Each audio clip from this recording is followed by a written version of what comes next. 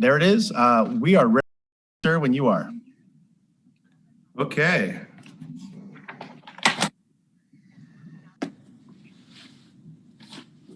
Okay, welcome to the regular City Council meeting of March 15th, 2021. I'd like to open this meeting in honor of Johnny Admonson, whom we lost on March 3rd, 2021.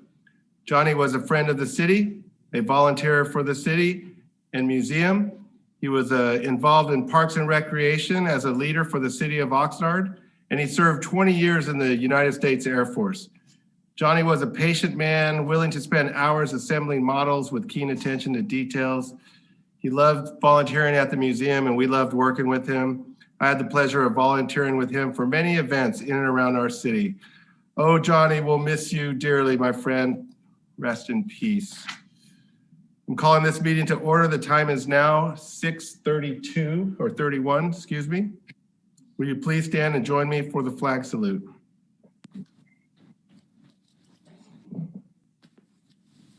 Place your hand over your heart. Ready, begin. I pledge allegiance to the flag of the United States of America and to the republic for which it stands, one nation, under God, indivisible, with liberty and justice for all. We had that in unison quite well. It's difficult on the Zoom, trust me on that. This meeting is being conducted pursuant to the provisions of the Governor's Executive Order N-2920 and the orders of Ventura County Public Health Officer issued March 20th, 2020. Stay well at home order. The City Council chambers has been closed to the public, and council members and staff are participating remotely to help play our part in minimizing the spread of COVID-19. The public was informed in advance of this meeting how to submit all public comments to our city clerk. The city clerk has compiled all submissions, and those received prior to 5 p.m. deadline today were forwarded to the entire city council for review prior to the meeting. They will also be read into and part of the official meeting record. Madam Clerk, will you please call roll? Councilmember Hernandez. Here. Councilmember Martinez. Present. Councilmember Perez. Yes. Mayor Pro Tem Rollins. Here. And Mayor Gama. Here. All present. Thank you. Interesting enough, a year ago, tomorrow will be 1 year of us not meeting in the city council chambers. And last year I did the inspiration and I talked about the Oxnard Union High School district nurses and all the nurses of Ventura County in public education. And just want to mention that we're wishing all the nurses of Ventura County well. They're getting ready to receive students back to school, and they are very, very inspirational and important for our local schools. Moving on to tonight's inspiration. I have a brief PowerPoint I'd like to use, and Charles is going to bring it up for us here in a second.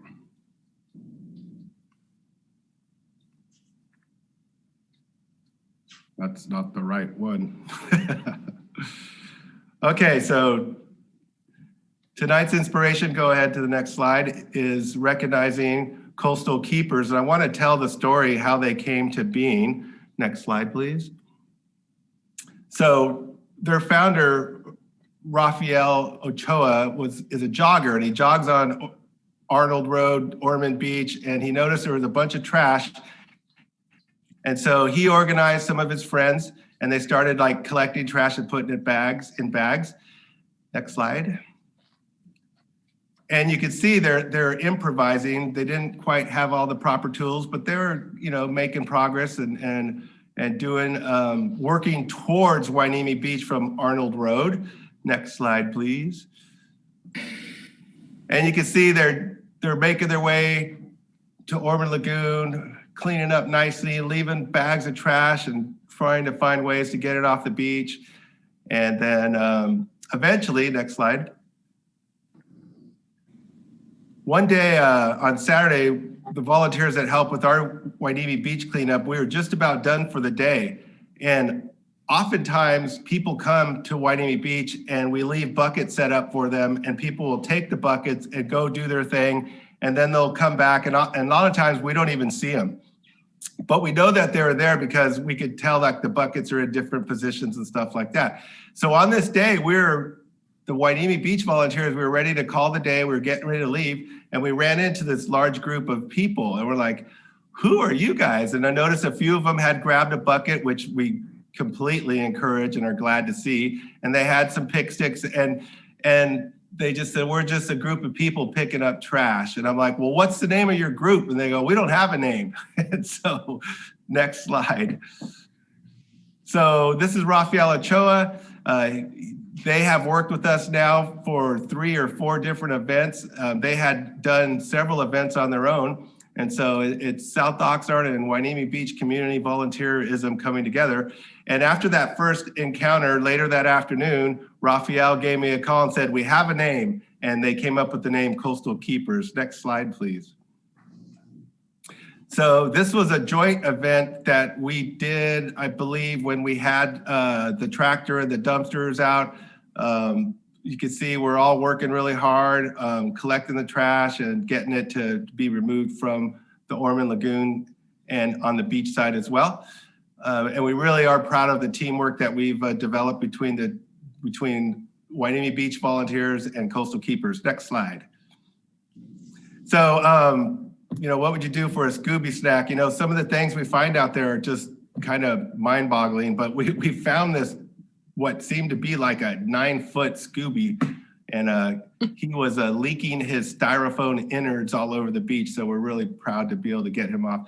But again, this was a collaborative event. This was the city of Oxnard reimbursing the city of Port Wyoming for providing the tractor, the dumpsters, volunteers from Wyoming, volunteers from Oxnard, volunteers as far as from Ventura and around have come out to help us in these efforts. Next slide, please. So this is our goal, and this is what it looks like when it's clean. And after these rain events is when the trash rolls in, and that makes us energetic to get out there and clean it up. But you can see how beautiful it is, and there really is no trash to be detected from this photo. Next slide. So another interesting thing about the Coastal Keepers, one of their primary members, Stephen Padilla, he and his mom have been taking hot meals to homeless people in and around Port Wyoming and the city of Oxnard. And it's really a cool thing that they do. And one of the things that they also have done is they made it out to the Helico site where the tent city is. And they are trying to establish a rapport and get to know these people and talk to them and bring them a warm meal and try and help them get to services, which I think all of us agree that's a valuable service that they're providing. Next slide, please. So again, I just want to point out that they approach people both in the city of Wyoming and the city of Oxnard, which is greatly appreciated. And next slide. So on March 6th, the Coastal Keepers community came out to clean the coastal community. I'm having problems with the top of my thing. Anyway, so these are all the participants of the March 6th event. And so it's really cool to have a strong group of volunteers willing to come out and work with us.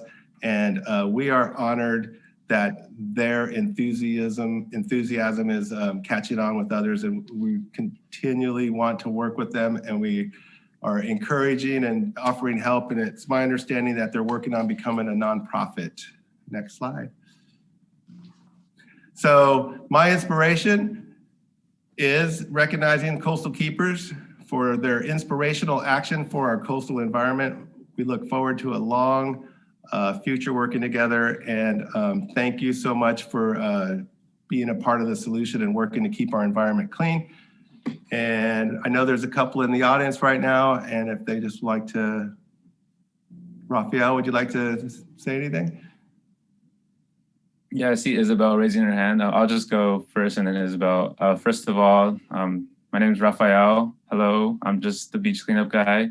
It's really cool to be invited and to, be introduced to all of you.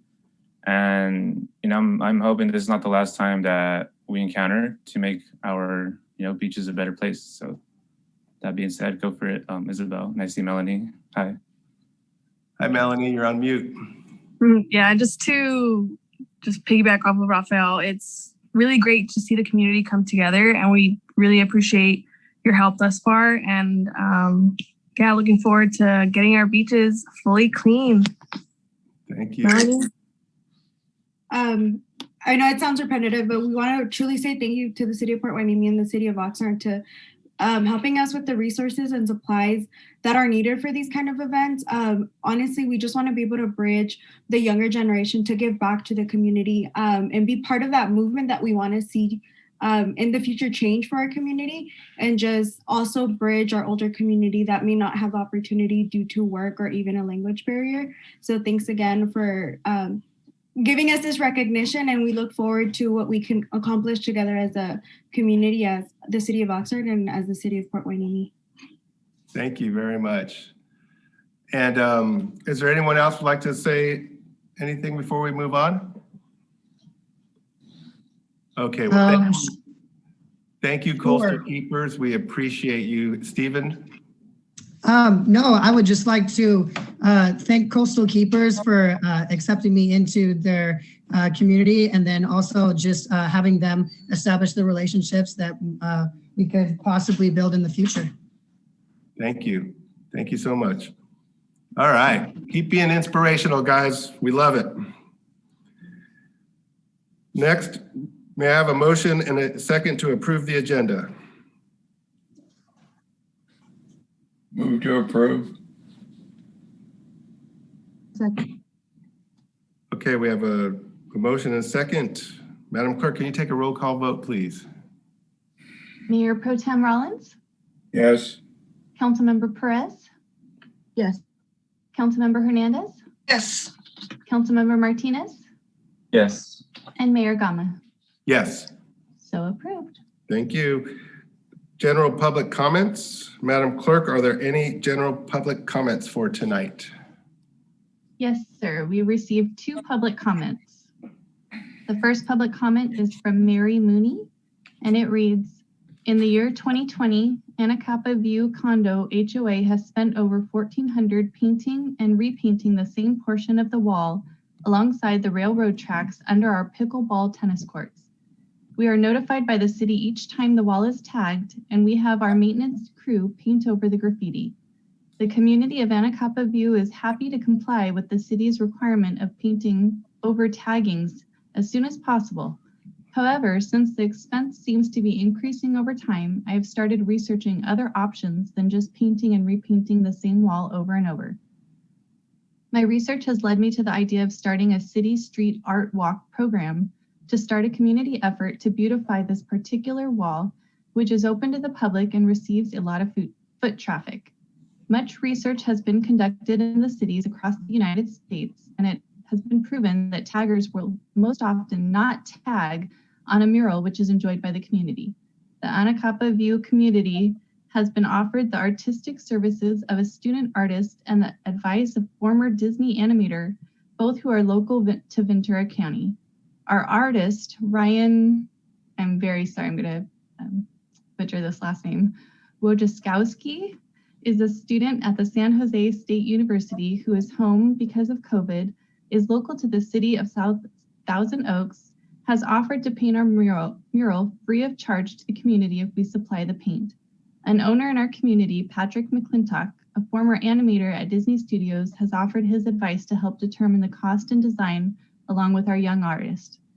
In order to abide by city ordinances and legislation, I contacted Tony Stewart, Director of Community Development for the City of Port Hueneme.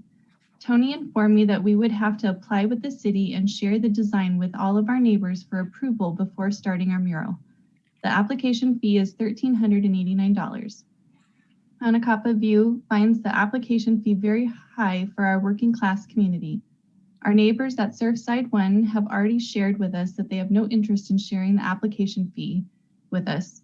However, they do not expect to object to the painting of the mural on the wall which faces them.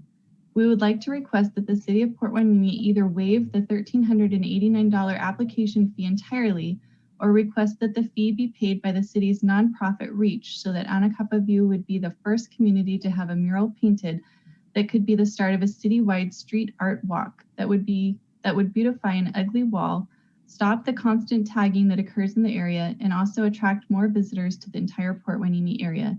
Thank you so much for reviewing my request, and I look forward to hearing back from the City Council members. Thank you. We're not allowed to take action or discussion on this item tonight, but we will ask our staff to take a look at your request and get back to you and possibly the council as well. Next item on the agenda is presentation, and we're going to do... I'm sorry to interrupt you, Mayor. I had one additional comment for general public comments. Oh, sorry. There were two submitted. I'm sorry. Okay, go ahead. Okay. The second one was received from Seth Bonilla, and it reads, physical and financial responsibility is essential for any city to remain solvent. As a resident of the Port Hueneme, I have taken notice to an acoustic sensor located in Port Hueneme. It is located on the southwest side of Hueneme Road, just west of Ventura Road. The financial cost to operate and maintain these types of apertures range from $60,000 to $90,000 a year per square mile with a $10,000 setup fee. I recently spoke to a city council member regarding the use and cost of this device, in which the council member stated they were informed that Hueneme does not utilize such devices. I informed the council member that he had been lied to by someone in their circle of influence. These apertures are a hidden cost to the taxpayers of this community, and unless a dynamic police blotter can justify the cost of this device with arrests, it is in the best interest of the city to remove it from the city. I am certain law enforcement is part of the instrument that petitions the city for these types of absolutely non-essential and cost-prohibitive devices. These devices belong in large cities and not in a community of only 22,000. The atlas of surveillance in Port Hueneme is oppressive, to say the least, and these apertures add to this. If the device hears and identifies gunfire, it is reasonable to believe that it also detects voices below it, since it has microphones, as this had been proven in court, which declares that civil liberties and the public's privacy has been abused unlawfully. Ventura County also uses stingrays or sight cell stimulators. They are invasive cell phone surveillance devices that mimic cell phone towers and send out signals to trick cell phones in the area into transmitting their locations and identifying information. When used, they are able to gather information about the phones of countless bystanders who happen to be nearby. I am certain that the vast majority of residents have no idea that these devices and a documentary at some point will be revealed to inform community members. To police a community is one thing, to surveil it with highly questionable devices and tactics is another. With severe pressing issues in the city, the cost, in my opinion and experience, cannot be justified to community residents, and since these types of expenditures are approved, leads me to believe that particular city council members are jeopardizing the long-term solvency of the city by allowing law enforcement detail to convince city council members that these expensive, non-essential apertures somehow keep us safer is highly questionable. They create more unnecessary city debt, which lies on the shoulders of its residents.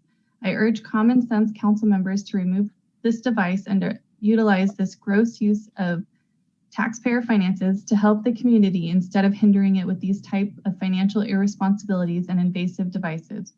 I urge reasonable city council members to learn about these devices and make reasonable decisions to move forward to remove them from the small city. Respectfully, Seth Bonilla. And that ends the public comments. Sorry for interrupting. Thank you. And again, I'll repeat that we cannot comment or respond to any item that's not on the agenda. So we're going to move on to presentations.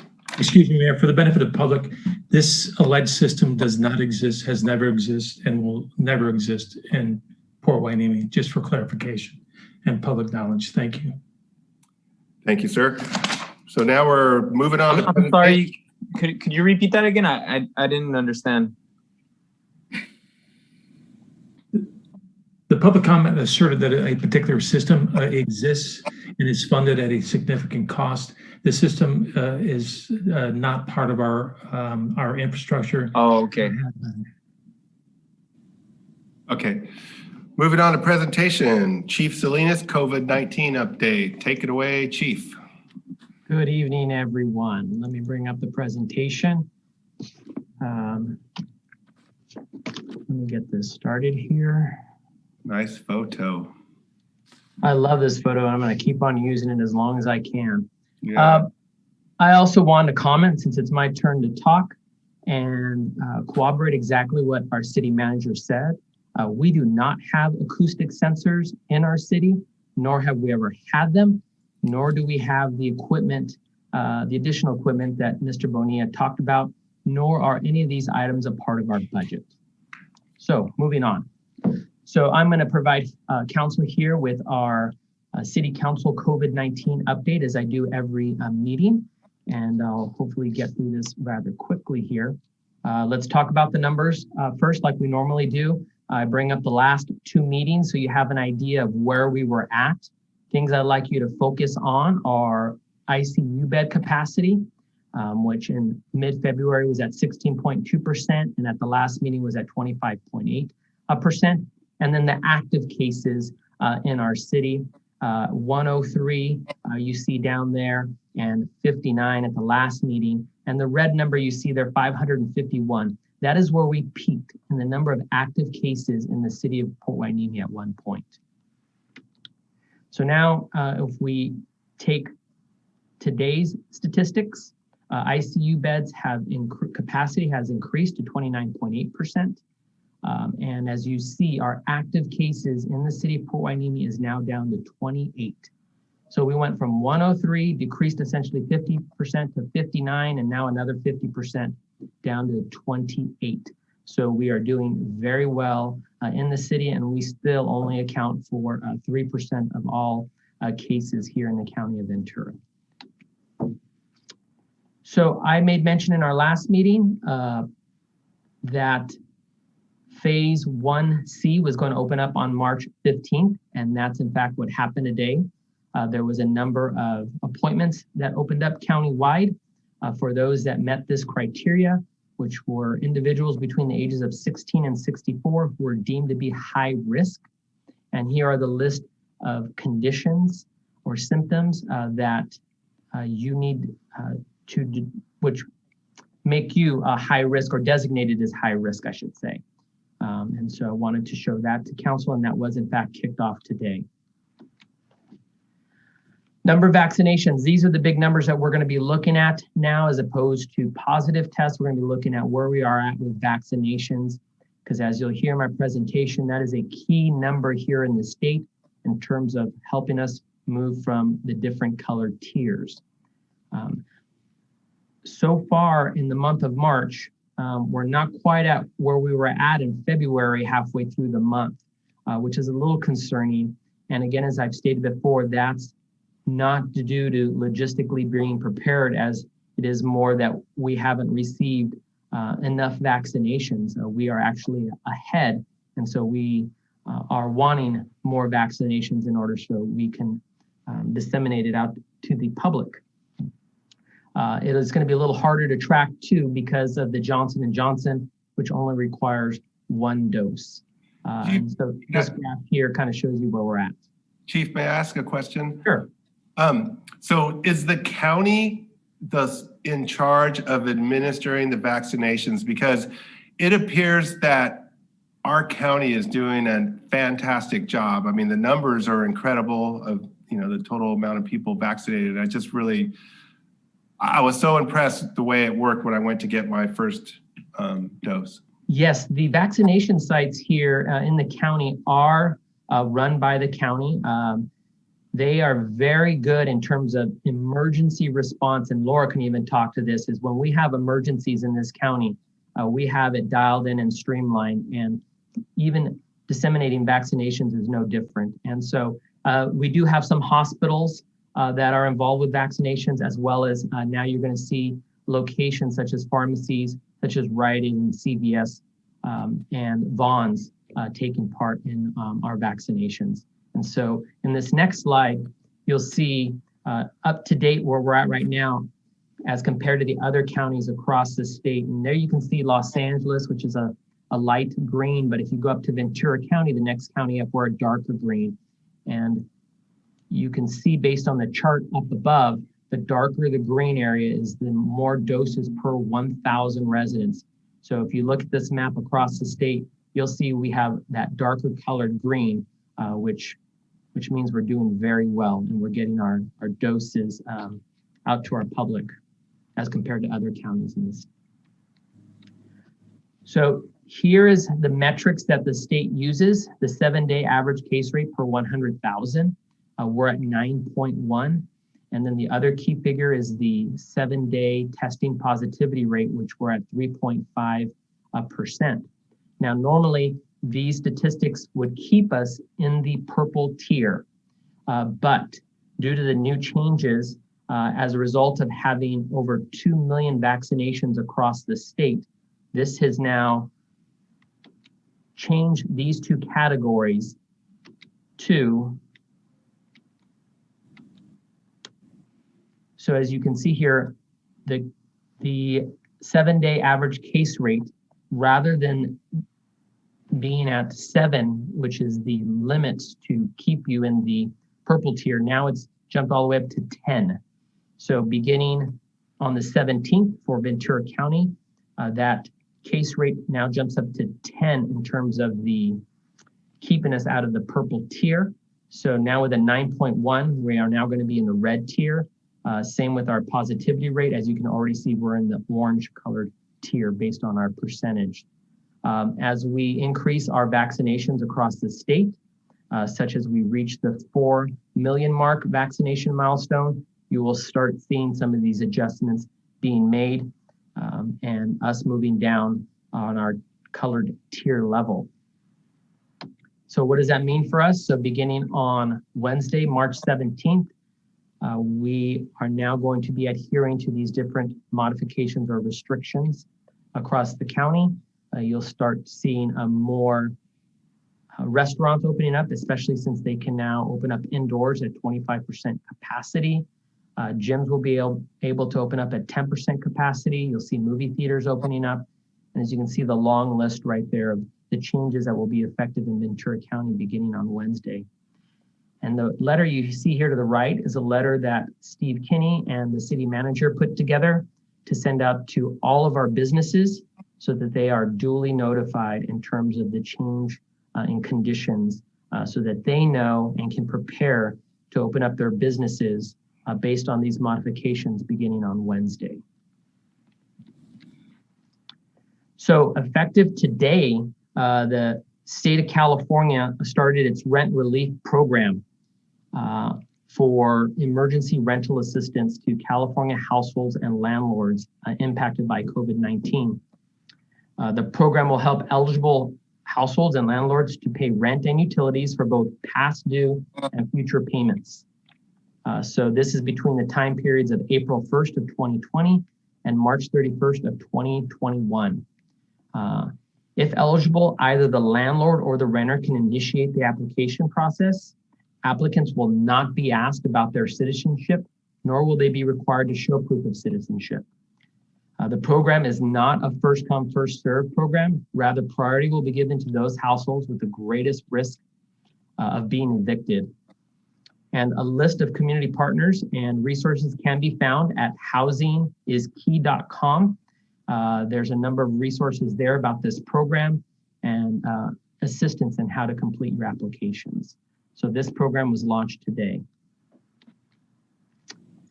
So also what was launched last week is the second round of COVID-19 business assistance in our county. That application window will open up on Wednesday, March 31st, and will close on Tuesday, April 6th. Steve Kinney, who's online here as well, will be providing an additional update right now as I pass the baton over to him. But if I wanted to, before I pass the baton over to him, I wanted to see if City Council had any questions before I did that. Okay, with that, Steve Kinney, it's handed over to you. Very good. Thank you, Chief. Good evening, Mayor, Council.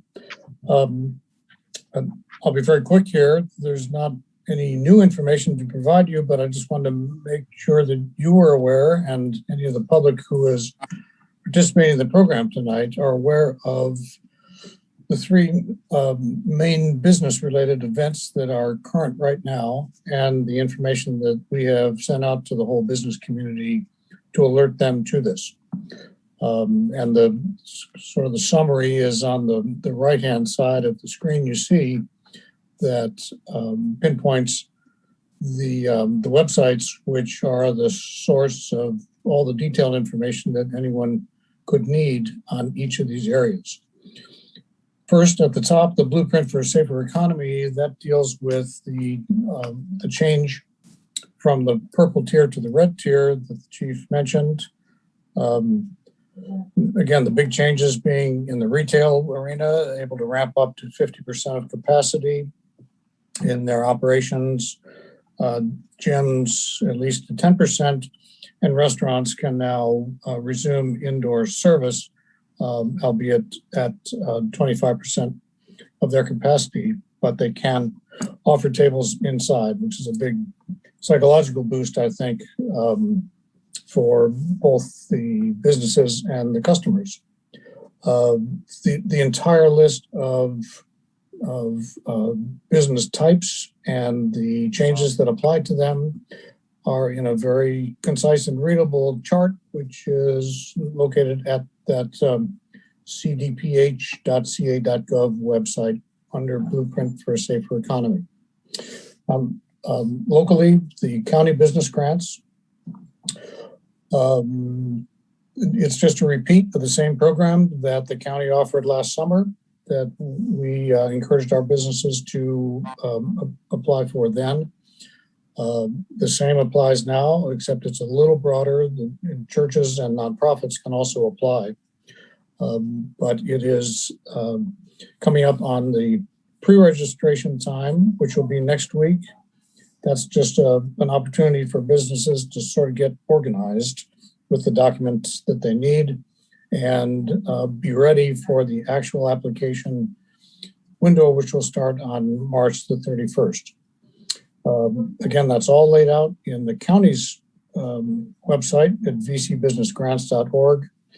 And we have offered our local assistance at no cost to businesses to give individual assistance if that's needed.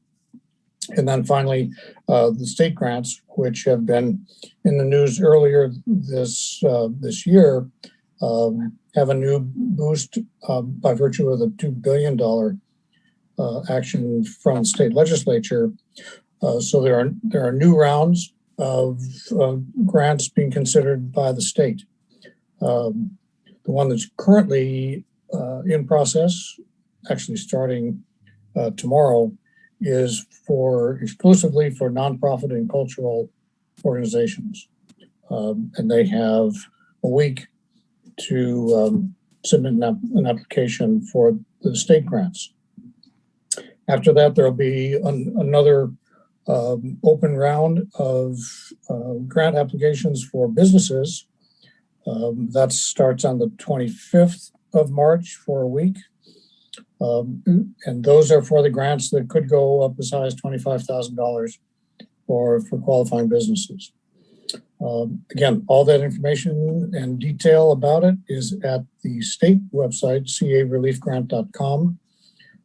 It's very detailed and quite easy to read. And again, as a backup, we've offered free of charge local individual assistance if that's needed from our local businesses. So all of this information went out in two different communiques from the city manager last week to all the local businesses.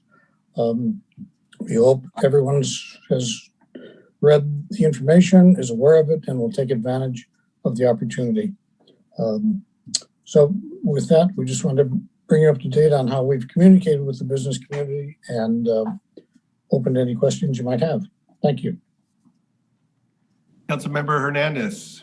Thank you, Mayor Gama. Thank you, Mr. Kinney, for your report, and thank you, Chief Salinas, for your presentation. I wanted to ask about the opening requirements for these grants. Do the applicants have to have a reopening plan, or I should say an approved reopening plan, in order to qualify for these grants? Interesting, council member. I asked that very same question about 2 hours ago when I was on a call with the county. And I got a little bit of a fuzzy reply. And at the end of it all, the bottom line was that they recommend that businesses register on the county website. They may have already done that before, and it may not be necessary again. But they recommend, just in an abundance of caution, to go through the registration process, which is not difficult and not cumbersome at all, just a step to go through, which again can be found on the county website. Okay, thank you. Mayor Pro Tem Rollins. Yes, thank you both for the presentation. Is there any kind of priority being given to businesses who did not get the grant the first time, but may apply for the second? Or if you got a grant the first time, you can also apply for it the second time? The impression I got that while we did a stellar job of getting the word out, there weren't very many Port Hueneme businesses that were able to take advantage of at least the county grants. And so I'm wondering, is there any kind of preference being given to those who didn't get one the first time? Mayor Pro Tem, if my recollection is correct, I think there were 61 Port Hueneme businesses that did receive a county grant the first time around. Now, they would not be eligible in this round of grants. If you got one grant, that's all you get from the county anyhow. For those who did not succeed the first time, there is no specific preference for, say, having been overlooked the first time compared to someone who was applying now for the first time. There are some preference factors, and those are in fact shown on the screen in front of you now. And so those apply irrespective of when the application has come in. So, what I'm hearing right now, that we had 61 businesses that received those grants, because I think in earlier council meetings, I was trying to get some information on how many actually received it. So we have information now on who has actually received some of these grants. Am I correct? Yes, sir. Yes, sir. We asked the county after that last council meeting when you or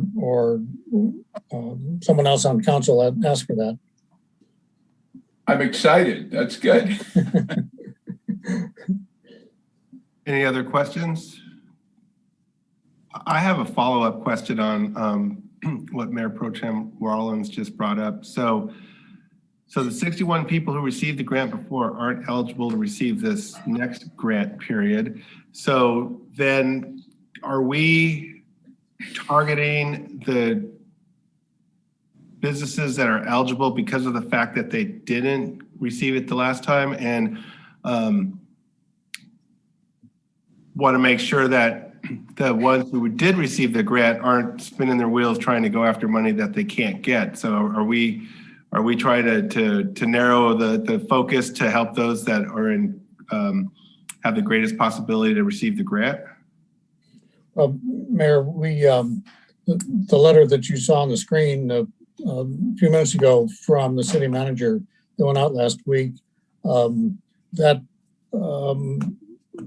told people that if you got a grant before, you can't get a grant now, so there's no sense in applying. We did send out that letter to the whole business community list that we have. So we didn't exclude anybody who may have gotten a grant before, but we did include that information in the letter so they wouldn't. waste their time. And so everybody else got the same information that in effect encouraged them to apply for a grant now. I know you told us before, but how many businesses are in the city of Port Hueneme? I'm sorry, I don't recall. You're taxing my memory too, here, Mayor. Sorry. We've got a Manager. distribution list of about 350. Okay. We suspect that there's a significant a number more than that based on HDL reporting. There also is an issue with this grant application that requires a business license. We suspect that in Ventura County and more than likely in Port Hueneme as well, that certain businesses are not applying for these grants because they do not possess a current business license. There has been activity for amnesty, just so that we, number one, know who they are and then help and support them. But that initiative is still pending. Thank you. Mr. Kenny, do you have any further information to share? No, sir. You have my report. I have a question. Okay, Councilmember Hernandez had her hand up first. I'm sorry. Okay. Just real quick, thank you, Mayor Gama. Mr. Connors, you said that the number of businesses was higher than what we originally thought. I thought we were around 315 or something, or so what is the number? Well, based on HDL sales tax, there's approximately 450 or so. We've only made contact and have a network identified in our distribution of about 315. So there is a disparity between those numbers, and we're trying to figure out how do we get, how we close that gap so that we have greater intimacy, especially support along COVID-19 grant applications, aid, loan programs, those type of things. I also know that there is a significant countywide issue with operating without business licenses. And so we're trying to create a program to accommodate those businesses. Number one, to get them into the business license program so that we have greater familiarity, can help them, but also to understand who our businesses are. Do you think that the 4 million plus that we're getting through the recent act, the Rescue Act, will enable us to help those businesses with their licensing fees or any other way, whether they've applied before or not? That's a great question, Councilman Hernandez. We, Steve Kenny and I, and our finance director and Bruce Dempsey from EDVC have looked at and are examining ways to support our community when we are allocated that 4 million. It will come in 2 tranches, I think split 50%. I'm not sure exactly when the first one would be, but that is the intent, is to find a way to use those additional funds to support our business community. Okay, very good. Thank you. Councilmember Martinez. How would a business go about asking for help filling out those grants? We put actually my contact information in the letter that went out to everybody. So they have my email address, and that can launch the whole process, as a couple already have. Oh, okay, so your email. Yep. Okay. All right, thank you, Mr. Kenny. You're welcome. Thank you, Mr. Kenny. Are you done with your presentation? Yes, sir, I am. Thank you very much. Chief, are we going back to you to finish up, or are we going to move on to the next presentation? No, that does it for me, and we can move on to the next presentation. Well, thank you very much. Love receiving positive information. It looks like we're making progress towards a goal of getting back to somewhat normal. That'll be nice. Okay, our next presentation is City Plant Palette and Landscape Update by Don Villafana, Public Works Director. Good evening, Mayor Gama, City Council. Tonight, the City Plant Palette and Landscape Update is going to be a collaborative presentation with Mr. Tony Stewart from Community Development leading off, and Charles Cable with Public Works batting cleanup. And if Mr. Peretz would now make Charles Cable the host, so he Yeah, can share he has the host. He does have it? Host permissions, Don. Okay, Charles, you want to go ahead and start the PowerPoint for Tony? Tony? I'm here. Thank you and good evening, everybody. So as Dawn mentioned, this is a presentation with regard to the city's plant palette and our landscape guidelines and requirements. And I'll be speaking to this evening are requirements for plan development permits, those being homeowners associations, commercial shopping centers, individual buildings that are all approved with plan development permit and a set of conditions of approval. Once I'm done, I'll go ahead and turn this over to Charles Cable, and he'll talk about city trees and city landscaping. So go ahead, go to the next slide, please. All right. So as I mentioned, plan developments are similar to, say, the Habitat for Humanity project that was approved last fall. And what they are new developments that come in. Unfortunately, we don't have a whole lot of new stuff, but we've got many that have been in existence since the 1960s. And they are generally approved with a set of plans, including an approved landscape plan. And these are all prepared by a professional. These, again, are applicable, to residential homeowners associations and commercial and industrial buildings or complexes. They are approved with conditions of approval, and they are expected to be maintained for the life of the project. Next slide, please. However, sometimes, you went one too far. Okay. Sometimes, as we found, landscaping gets mature, and we have issues. Sometimes our trees are blown over. Sometimes they become too large for their planting areas. Sometimes they were just not the right choice of species, we find out. For instance, the coral tree. The city's tree was a great idea 30 or 40 years ago, but we're finding that they're failing all over the place now. And so therefore, there are a couple options that owners of plan developments, say shopping center owners or HOA boards, can do with regard to looking at replacements for these trees. What they could do, for instance, is if there is a plan to do a wholesale redesign of their landscape plan, or at least their tree planting plan, what they should do is they should come in to the city and speak with me first, just find out what the parameters are. And then I can give them guidance as far as what applications may be required. And at that point, then they take that information, they hire a design consultant to modify their plans.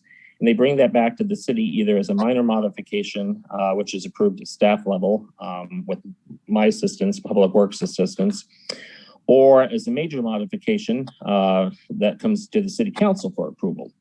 And an example of one that was done fairly recently that three of you were approved is the Anacapa View Beach Homes major modification that was approved last year. And not only did it, as you recall, address architectural changes, but also their slope tree planting palette, because they found that the trees along their slope, especially along sea spray, were failing at a fairly rapid rate. But they also found that the little ficus trees, seemingly small trees in their little driveway areas, were uprooting the driveways. So those also needed to be replaced. And so what they did was they hired a designer to come in, assess the situation, and come up with a plan, and that was subsequently brought to you for approval. However, sometimes if an HOA finds that just once in a while a tree fails or is damaging property, they don't need to go through that entire process. Instead, they typically will hire an arborist who puts together a report showing the damage to the tree and or the damage the tree is causing, why it needs to be replaced. They submit a tree removal application. I generally process that the same day. And the requirements for whether or not it's an HOA's tree removal application for many trees, or if it's just for the single tree, is that because mature trees are coming out, they should be replaced like for like as much as possible, which would be with a what we call a 24-inch box container size tree. In other words, it's not a little sapling. And it should be planted in or as close to the place where the tree that was removed was located, along with the ground cover that was under it be put back in place. And then they call for an inspection. But also, the tree should be part of the existing plant palette. And then they, once the tree is in, they call for an inspection. I come out and inspect to make sure that the tree is planted properly. Now, where this does not apply is in any of our single-family home areas that are not under the purview of a homeowners association because they were not approved by a plan development permit. They are free to remove their trees and do whatever they want with them. So this is only applicable if a project was approved with a plan development permit. So I think that's about it with regard to my presentation on the city requirements for HOAs and other plan developments. Again, it's really to ensure that the plan development conditions of approval and plans are kept in place for the life of the project unless they are officially modified through the planning process that our code requires. So if there are any questions, I can take those. Otherwise, I'll turn it over to Charles Cable at this point. Thank you, Tony. I believe there are questions. I'll just, Mayor Pro Tem Rollins, you're muted. I'm no longer muted, am I? You're not. Thank you for the presentation, Tony, Mr. Stewart. A couple of just clarifications, like if they're removing a series of trees in an HOA, what is the cost? Is it per tree, or can they put in one permit to cover, a series of trees that maybe need to go through an HOA? Sure, I understand. So if it's a series of trees, the first thing they're going to need to do, it sounds like, unless they're replacing them like for like, say if they were taking out a series of, ficus trees and want to put in a new series of ficus trees, then they just need to get a tree removal permit, and they could get a single tree removal permit for the entire project. However, if they decide that they want to replace the ficus trees with a different species, that's going to change up the overall original approval, then they'll need to get either, like I said, a minor or major modification process first. Once that's approved, then they can come in again, get that single tree removal permit to take care of the removal of all and replacement of all of the trees. So I guess my questions, I'm going to act like I'm a homeowner there. If I'm asked to remove a ficus, tree because 50 years ago it might have been a good idea, but now it's not, and I remove that ficus tree with something that the arborist or some expert says is a better tree for that area, I'm actually charged more than if I replace it with the same tree that has already proven to be not a good tree. Well, originally you had asked if it was a series of trees versus a single tree. And so as I mentioned, yeah, right. And so as I mentioned in my presentation earlier, if it's a single tree and it's being replaced with another tree that's within the existing plant palette, say they have a New Zealand Christmas tree in the plant palette and along with ficus trees. And so the homeowner decides, well, the ficus isn't good. The arborist says that too, but the New Zealand Christmas tree will be a good one. And it's already in plant palette. Then again, all they need to do is get a tree removal permit. So by switching a tree, they don't pay any more. Correct. As long as it's within the approved landscape plan and palette that's already on file for that development, then they don't need to come back in and pay for the additional the modification. They only need to get the tree removal permit. So I guess a second question, a practical question. My experience when we develop parks is that landscapers come in with a plan initially to give that wow factor, and they overplant. They overplant trees, bushes, and with the idea that it gives that initial wow factor, but in the long-term effect, maybe not so many trees should be planted in that area because they're going to grow too big once they get mature. What happens then? Sure. So at that point, that's where, first of all, there's going to be obviously a modification application at this point because we are changing the landscape plan. But that's when, again, the HOA or the shopping center owner or whatnot, whoever's in charge of the plan development, hires that designer that you just alluded to, and they come in with a new landscape plan or a modified landscape plan where maybe they possibly spread out the replacement trees so they're not all going one for one locations as they're removed. And they may also, again, come in with a different species of tree too, because again, it may be more suitable for the landscape area was being planted. So it's part of the modification process, but it's something that, again, we as staff work with the applicants and their designers to hone the design before we get it to the decision makers. So being that at least currently on our staff, we don't have an arborist or I'm assuming anybody that has a lot of technical expertise in landscape management. How do we determine, do we take the word of a good professional landscape manager that these are the right trees to put in there? Or, or how does that process work? Well, that's a very good question because we haven't had to go through that process in the 4 years that I've been here. But assuming that if we didn't have an arborist on staff by the time that such an application came in, we may have to contract out to an arborist or a landscape designer to review that. I have some expertise, but I'm not a landscape designer. I'll say that right away. So, I might, depending on what it is, I might be able to properly analyze the application. But if it was a complicated one and we didn't have an arborist on staff, then we would have to most likely contract that out. Will we then in turn charge them, the HOA, an additional fee for not only the arborists that they've developed, but then our arborists that we have to contract out to do that? Yes, we'd have to do that because we'd have to be compensated for the city's costs. Seems like they're being double charged. Just a comment. Okay. Any other questions for Mr. Stewart?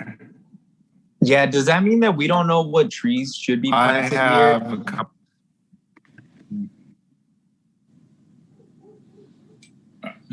I'm sorry, Bobby, Councilmember Martinez was asking a question. Yeah, does that mean that we don't know what trees should be planted here in the city and what trees are native and what are the best trees to have in our area, especially for a city that's so small? We have a fairly good idea. Trees are all landscaping basically should be planted per the zone that it's in, so to speak. And so, our location is in a certain zone, and there's a good planting list of trees that really should be selected from. Like I said, unfortunately, some of these trees that were planted, 30, 40 years ago seemed like a good idea at the time. Not necessarily were, but the replacements that we talk about today are ones that we're finding are more suitable for our location close to the beach. Okay, that's good to know. What about the eucalyptus trees? Are those native? No, they're not. And they can also be quite problematic as well. Again, they have a tendency to blow over, as we found a couple weeks ago, another one we lost. So yeah, they can also be a problem child or problem tree. All right, thank you, Tony. You're welcome.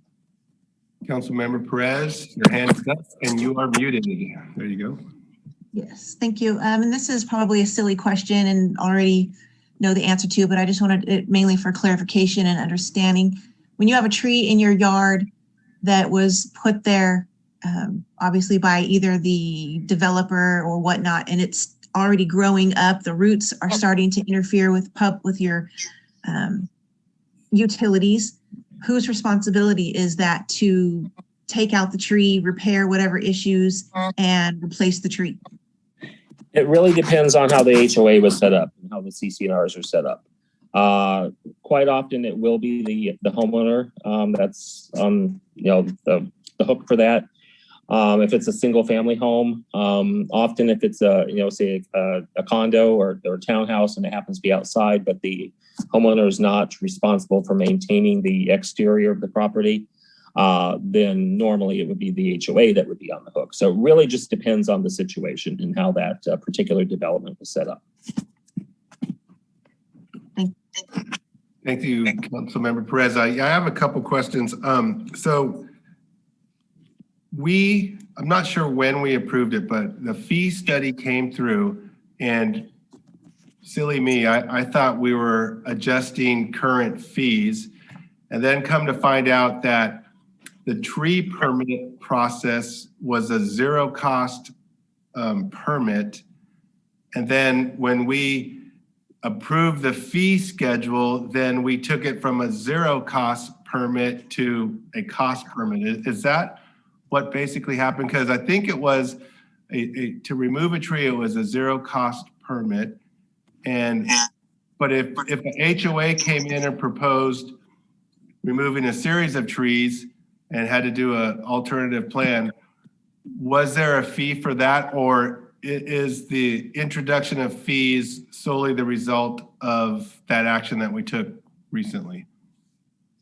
Right. So the introduction of this fee, in fact, the entire fee study was put into place to see where the city was losing money, basically, where we were, in essence, giving it away, which is not something that we're supposed to be doing. And so it was determined that we looked at. I don't understand. We're giving it away. I don't understand. Basically, for instance, the tree removal permit. It was costed out at 1 hour of my time. So it's my time to process the application, get the approval back to the applicant, and then go out and do that inspection.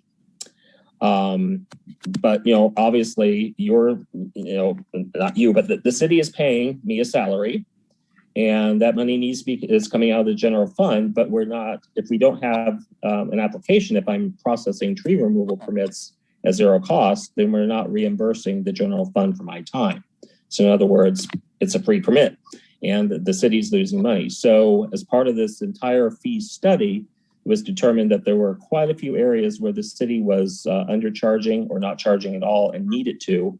And so again, based upon the staff who would be working on these permits and what their fully burdened hourly rate was, we adjusted the fees and or created new fees accordingly. And so that's how this particular tree removal permit came into being. Right. And then it was determined that it would, based on my analysis, up to 5 trees would still probably take me only about an hour to process. But anything above and beyond that takes a few extra minutes for each inspection.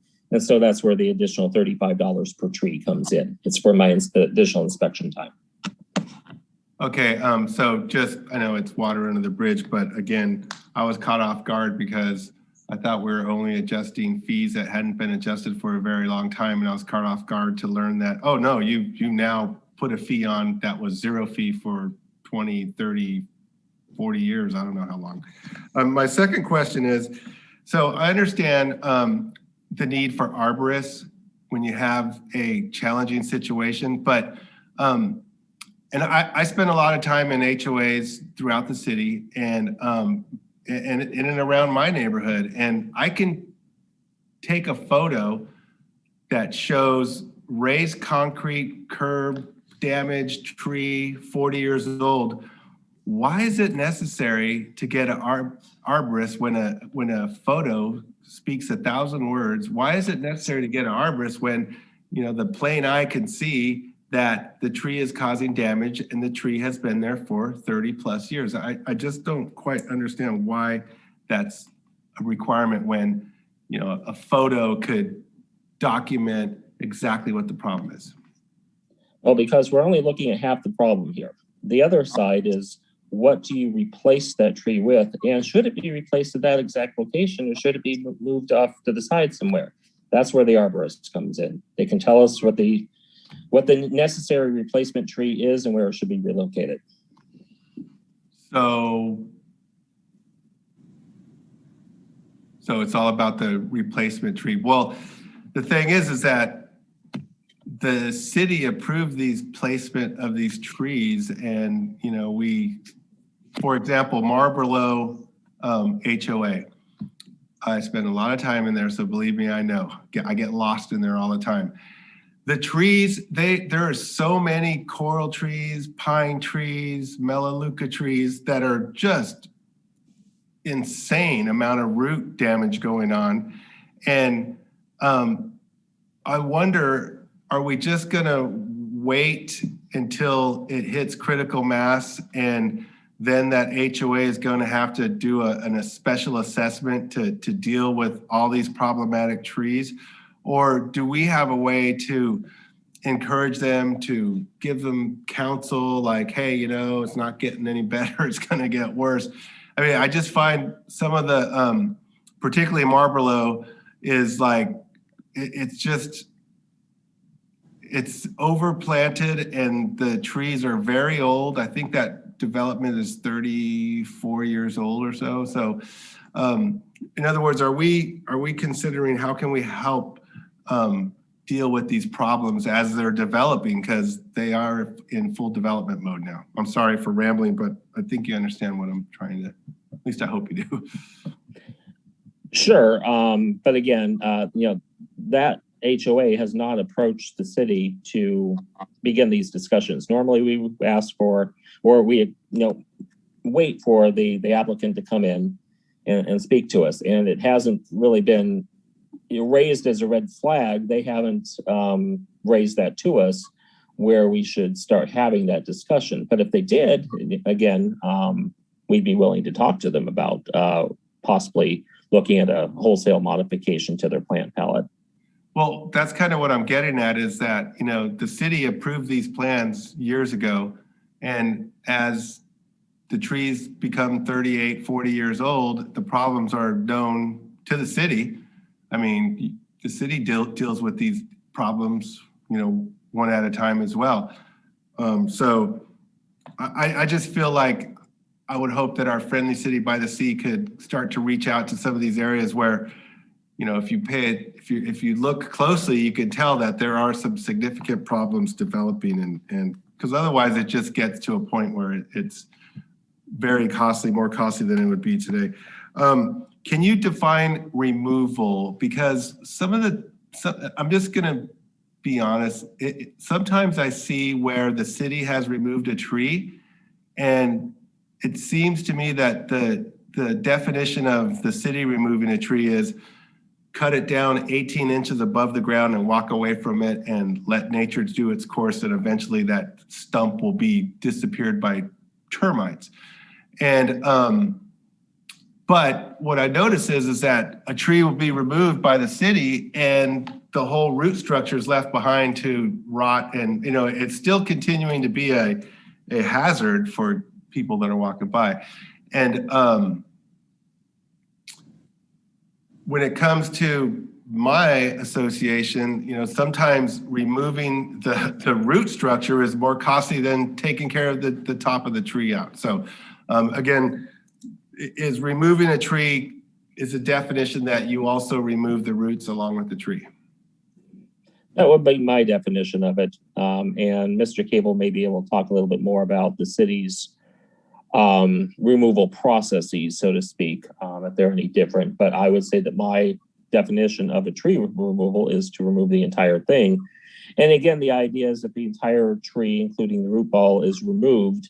Hopefully a replacement tree could be planted in that same situation. I mean, the ideal scenario is to avoid a modification and whatnot, and just if there's a problem tree, to get it completely removed and replace it with an appropriate species in the same location if possible. So that would mean removing the entire tree, including the root ball. So that would be why I define it that way. Thank you. And one of my problems is I'm very observant, and in my observations, I have seen multiple times where the city comes out, removes the tree, and leaves the root ball, the 18 inches of stump in the air, and then walks away and leaves it, and that's it. So, I think it's really important for us to follow our own rules, and hopefully that we could make this make sense for everybody. Any other questions? Council Member, Mayor Pro Tem Rollins, apologize. This is perhaps just a comment.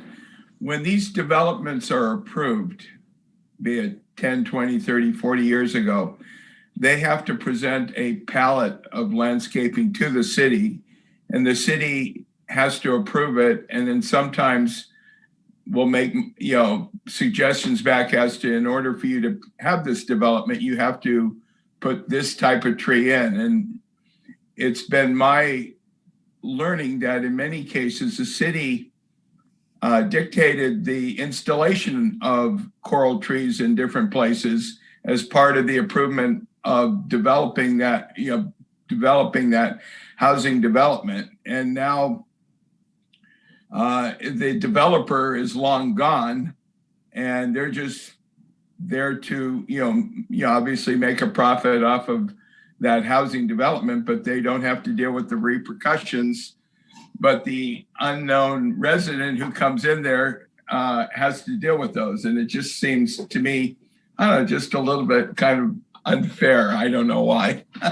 And I would think that maybe we could develop some kind of a compromise of sorts to kind of work with these communities, because we encourage them to we encourage these developments. We kind of dictated, or at least kind of based on our final approval, had these developments put in with this plant palette that now people 30 years from now have to deal with. Just a comment. Thank you, Mr. Rollins. And I would just add that it's probably not by coincidence that coral trees are in every HOA and plan development in the city. So, yeah, that's. It may have been a city tree back then. I don't know. Excuse me, Mayor, we have a part 2 of this presentation. If you would allow Mr. Cable the opportunity to talk about the city side, and then you can resume questions. Okay, thank you. Thank you, Mr. Stewart, and we'll look forward to hearing from Charles. Okay, good evening, Mayor, City Council, and staff. For the record, this is Charles Cable, Principal Engineer for the city. Can you guys hear me okay? Yes. Mm-hmm. Okay,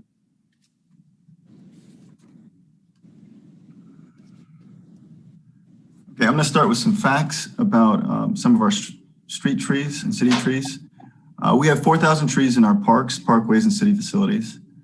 Our landscape design guidelines was prepared in the early 90s. It contains an approved plant palette with approved trees to be planted. It states coral trees shall be used in all significant street intersections. We can plant trees where they can be maintained and most likely to thrive. Trees planted in unsuitable urban tree pits are usually surrounded by compacted soil, which often leads to roots seeking out the space between the compacted soil and the paved surface above. This is why sometimes we see the roots disrupting the sidewalks and our curbs and gutters. City trees are governed under the City Municipal Code 6040. I'm not going to read this code verbatim, but I'm going to summarize it. It basically tells us how we can maintain our trees, how trees are trimmed, cut, removed, and placed. There are several reasons why a tree might be removed. It's at the direction of the director. Some include if the tree is disrupting the sidewalk, or if a tree is dead, or is dangerous, or could be obstructive, or if it's an inappropriate species. We have a new drought executive order, not fairly new. It was passed in January 17, 2014. It was signed by Governor Brown. The executive order included many water conservation practices, one of which that will affect us as a city is the prohibition of irrigation of turf on medians in the area between the streets and sidewalks, otherwise known as the parkways, unless the turf serves a community or neighborhood function. As of January 1st, 2025, it'll be prohibited to irrigate on public streets and medians and parkways. They chose the effective date of 2025 to give cities the opportunity to make changes or prepare for this new change. The city arborist, we currently do not have an arborist on staff. Our last arborist was Graham Jensen. He was with the city 10 plus years. He retired in December 2018. City Council approved a lead position in the 2019-2021 budget, and it requires that the candidate be a certified arborist. Still trying to recruit. We closed the landscape lead position advertisement last week, and we have some candidates we're looking at. So why are certain trees, street trees, not replaced? The street trees are the character of the city. So I know a rebranding is approaching, so we are holding off planting until the rebranding is complete. Residents are skeptical of the use of the city's signature tree. It was defined as the signature tree in the landscape design guidelines. It was specifically called to be used out. So as you know, it has an extensive root system and is notorious for sidewalk uplift. Certain trees are not suited for the environment they were planted in. Direct replacement is not advised. Tony Stewart mentioned it briefly. A lot of these trees are constrained in the parkway and they can't grow, so they're set up for failure. Our parkway space is limited. We had some trees knocked down on Surfside Road by the wind, and those trees were actually identified to be removed by the Surfside 4 arborists because they said that they weren't going to thrive. We haven't removed them. We were just letting them stay there until the rebranding is complete and we can find something that's suitable to replace it, if we can. Most of our sidewalks are 3.5 to 5 feet of space, so it's going to be hard to accommodate pedestrian traffic and some of these trees that aren't meant for these limited spaces. Arbor Day 2021, we are a Tree City USA community. Some of the requirements of becoming a Tree City USA community is to have a tree border department, which is Public Works. We have a tree care ordinance listed here. We have a community forestry program with an annual budget of at least $2 per capita. And we do have an Arbor Day observance and proclamation scheduled for next month. We will be coming to council with the proclamation. And we will have a ceremony like we did last year with our council members. And that concludes the presentation. I'm ready for questions, if there are any. Mayor Pro Tem Rollins. I had two to, I guess, start off with. You were saying that the new state guidelines coming in 2025 means that you can no longer water trees? Not trees. I'm sorry, go ahead. Some of the research, so if a tree gets replaced, if a tree gets taken down, we can replace that with a new tree, correct? Even after 2025. That's correct, but it has to be the right tree, and that's where an arborist would be able to provide that input. Okay, and then I guess it may be the first that I've heard of the terminology rebranding. I'm not sure if that other council people have brought. How does that affect? Pro Tem, this is City Manager Connors. This would not be part of a rebrand. It would be part of a review of the existing plant palette, which, as we've all agreed, is dated, as well as ordinance that affect trees. So it's not technically part of a rebrand. It's more an alignment to a more optimal tree system as part of our city requirements. Okay, so as we remove trees right now because they've been deemed unsafe, or is there any kind of a timeline when this new updated plan will be put into effect so that in fact we can put back trees that we've taken out?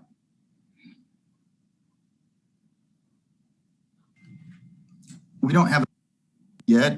Our intention was to get an arborist on board and then start moving forward with that. I would work with Tony Stewart, the planning department, as they have a lot of input on what our tree palette would be. Okay, and then I've been led to believe that not only have we removed trees, and we're waiting for this new plant palette that will come eventually, but in fact, not only have we removed trees, but we have concreted in the tree welds where those trees had been before. It would seem like that would not be kind of the direction we would be taking if we in fact are waiting for a new tree plan that will put in a more appropriate tree if we're in fact concreting in the area that we took out that tree. Yes, certain areas, a tree would not, unless it would take a certain, the reason we concreted these areas is because it's a tripping hazard. We can't leave it exposed. So we've concreted it in, and if you look at the picture on the screen, this is an example of a very tight parkway. These trees have actually been identified by an arborist as not likely to survive. This is Surfside Drive. And it's gonna be hard to get a tree in there to survive. So we did fill in these areas with concrete. So my basic experience is all tree welds are very small, and all tree welds have compacted soil, but I see in many communities where they in fact put back trees. So perhaps you can, talk about that a little bit. I don't know. In other words, for a temporary measure, I'm assuming what you're saying is that we concrete it in as opposed to leaving straight dirt because we might have a tripping hazard, and that eventually we will go back and in fact put in a tree in that location, or if it's truly unsafe, put a tree in some other place because we're trying to keep with our goal of being a Tree City USA. That's correct. We have planted trees at the parks are the best place to plant them, but in the parkway as tight as this, it's going to be difficult. Again, we would rely on our arborists once we get them on to tell us which tree would fit here. In the in the interim, we have concreted them, and we can explore looking at putting trees back there. Like I said, once we secure an arborist on staff. Yes, because community values, community appearance, I think becomes indicative of the trees that we put on our streetscape. I've seen many communities. I mean, even when you're going up Ventura, probably one of the distinguishing facts is that we have these eucalyptus trees, and maybe they're not the right trees nowadays, but it creates an impact. You go to the city of Claremont and they have very, very large trees, perhaps larger than ours, and they create an impact. And to remove all the trees, because, it would seem like as a Tree City USA, we want to accommodate trees because it will improve the appearance of the community, property values, and everything else. And so I'm looking with bated breath to see when this new plan will come into effect before we lose too many more trees in the waiting. Any other questions for Mr. Cable? Well, I guess what Rich was trying to say is that we've had in the past removed trees and not replaced them with other trees. And I think that's what Rich's concern is. Yes, and I would echo that. For me, it's like we have a set of rules for the HOAs, and then we have a different set of rules for the city. So the city, without consulting an arborist, could decide, oh, we're just going to remove that tree, tripping hazard, gone. And that's many times could be a valid argument, but when you look down Ventura Road and you realize that there are sycamore trees all along the way in a very tight spot, and they're impacting electrical lines, walls, sidewalks, utilities. I mean, so somebody could decide, okay, well, let's just take them out without consulting an arborist. So for me, it's like, we just want to make sure that we have policies that, are equally distributed. Because, I mean, I could go bring pictures in and show you areas where the city has removed trees and leave behind a humongous coral tree root ball that, and maybe in 60 years will deteriorate to mulch. I share that same concern that if we're going to be a Tree City USA, what does that mean? And then having heard what you just said is, well, we could make that case probably all the way down Ventura Road. And I don't think that any of us want to, I think what we want is when you have a problematic tree, remove and replace it. And that's what I've always understood was the policy of the city. But with regard to those trees that you talked about that you're waiting to remove because of rebranding, what are the problems with those specific trees? The ones on Surfside? Yes. It's too tight. It's constricted there. I had an arborist at Surfside 4 look at those, and they submitted a report saying that these type of trees can't survive in that tight of a space. But they've been there for 20 or 30 years. And I noticed that we also did about 6 or 7 repairs of tripping hazards associated with those trees. Just to point out too, there was a comment made earlier. We haven't taken out any trees due to sidewalk uplift. We've grinded down and replaced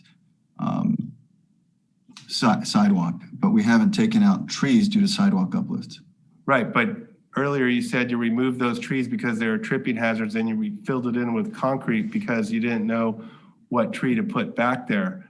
And so No. The trees on this road, they fell down because of the high wind events a couple weeks ago on Surfside. Okay, so we're talking about 2 separate areas. So basically, the tree wells were filled in because of the tripping hazard.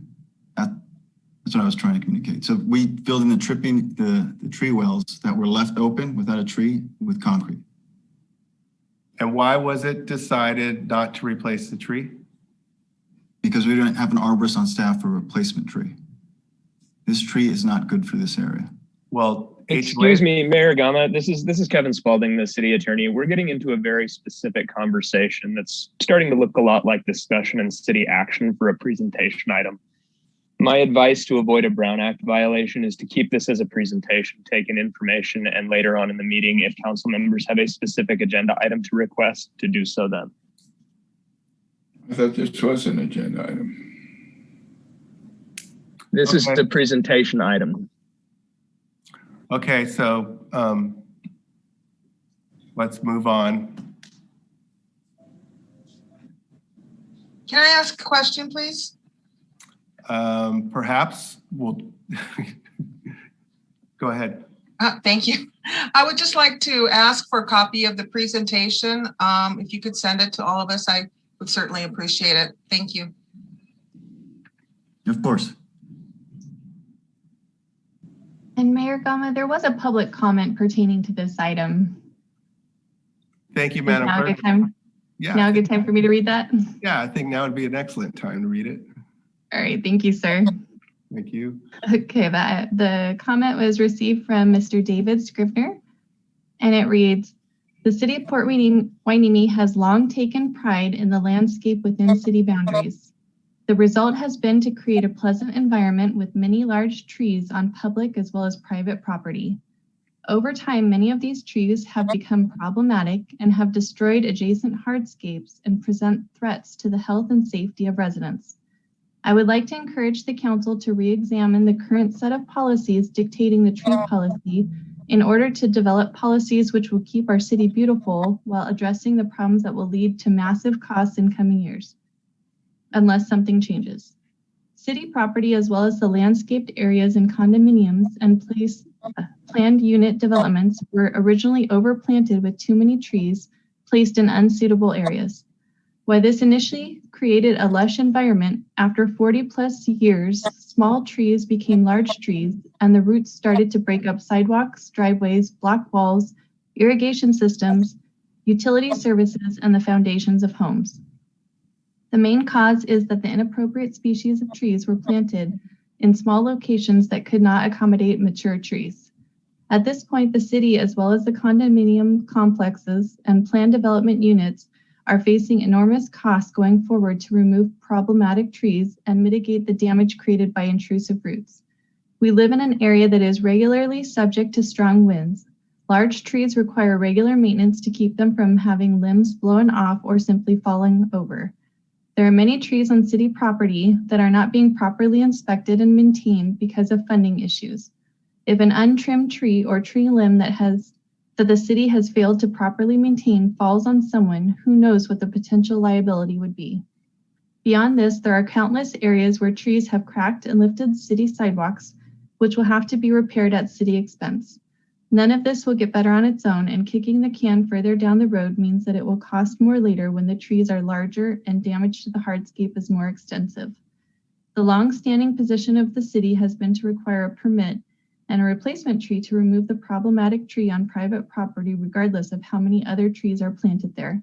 I strongly urge the council to consider changing the policy to allow individual homeowners and HOAs to remove problematic trees without being required to replace them when it is not practical or prudent to do so. This is the same policy that the city has used to remove problematic trees from its property. Scores of trees have been removed from city sidewalks as well as in front of City Hall without being replaced. That was from David Scribner, president of Surfside Village HOA. And that's the end of the public comment. Thank you. For our city attorney, I have a question. Given that the presentation is on the agenda and a public comment was just received on the topic matter, would it be appropriate to discuss that public comment at this time or not? I would say no. The public received notice through the agenda that the council would be discussing the city plant palette and landscape update. The fact that a public comment was received doesn't change it. It was never agendized, much like the public comments given at the beginning of the meeting. They're not a topic for discussion because the public was not informed about the public comment 72 hours before it was received. Thank you, sir. Mr. Cable, would you like to carry on with your presentation?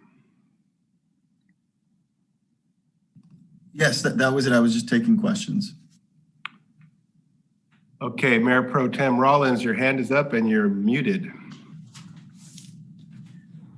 I would just want to finalize this by encouraging staff to fast track the development of a new proposed plant palette policy or tree policy so that as we move forward, we don't lose any more trees for an undisclosed time that they'll be replaced with the appropriate tree. Thank you, Mayor Pro Tem Rollins. Any other comments or questions for Charles? Having seen none, we'll move on to the next agenda item, which is presentation on graffiti policy. That's going to be made by Gabby Basua, Facilities Maintenance Manager. Good evening, Mayor, Mayor Pro Temp, members of the council. During the March 1st council meeting, Mayor Gama requested a report on our graffiti policy. So I'm going to go ahead and give you a quick summary of what it is that we cover versus what we don't cover. And thank you to Charles for doing the slides for me. Charles, next slide, please. So facility staff responds to graffiti on public property. So what does that mean? That means that we will go out and take care of any graffiti that is in the public right of way. That includes anything on our sidewalks, our parks, our beaches. That includes our walls, our signs, our benches. What will we take care of as soon as possible is anything that is obscene or vulgar, regardless of where it is located. So if we can see it and it's vulgar, we are going to take care of it immediately. And these are some statistics from this last fiscal year. I wanted to give you guys an overview of some of the stuff that, or challenges that also staff has. Last fiscal year, we had 996, almost 997 hours of staff time to take care of graffiti. And we had 67 hours of overtime. So what does that mean? That means when we get something on Saturday saying, hey, this is obscene, this needs to be taken care of, we will send standby out there. Usually it is gang related. Like I can recall a specific call out where we had just had graffiti, gang graffiti all over our beach. So we are going to respond to those incidents fairly quickly. Total amount that the city paid through the general fund was $64,000 that came from the general fund in just graffiti abatement. Next slide, Charles, please. What do we not respond to? We do not respond to graffiti on private property, which is HOAs, anything that's in the shopping center, anything on the railroad, and the watershed protection district. And this is the area of Channel Islands and Patterson.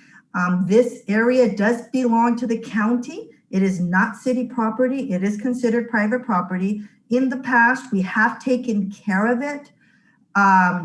Just recently, about maybe 8 months ago, maybe even up to a year, Chief Salinas, along with a group of volunteers, has been kind enough to volunteer their own time to get this area cleaned up. There was, if it's an obscene thing and we need to take care of it right away, we will call the county, and the county will only come out if it's obscene. If it's not obscene, they are not coming out. So this area, again, is probably one of the biggest hit areas in our city. And thanks to Chief Salinas, he's been able to get this area cleaned up. Anything that is on private property, that gets referred over to code enforcement. And I know Tony Stewart is available to answer any questions that you may have in regards to code enforcement. And next slide, please, Charles. That concludes this quick overview on graffiti. I'm available to answer any questions that you may have. I don't see anyone's hands up, so I'll ask a question. So kind of funny, this weekend, there was a proliferation of graffiti in and around Pleasant Valley Road and Ventura Road. There was vulgar, obscene graffiti on the Mary Marcus wall for almost 6 days.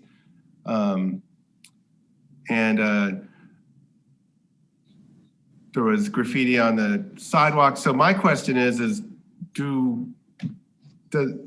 well, I remember during Measure U, there was marketing educational material that went out that said graffiti abatement. If you vote for Measure U, you're voting for graffiti abatement. Didn't say public versus private property. So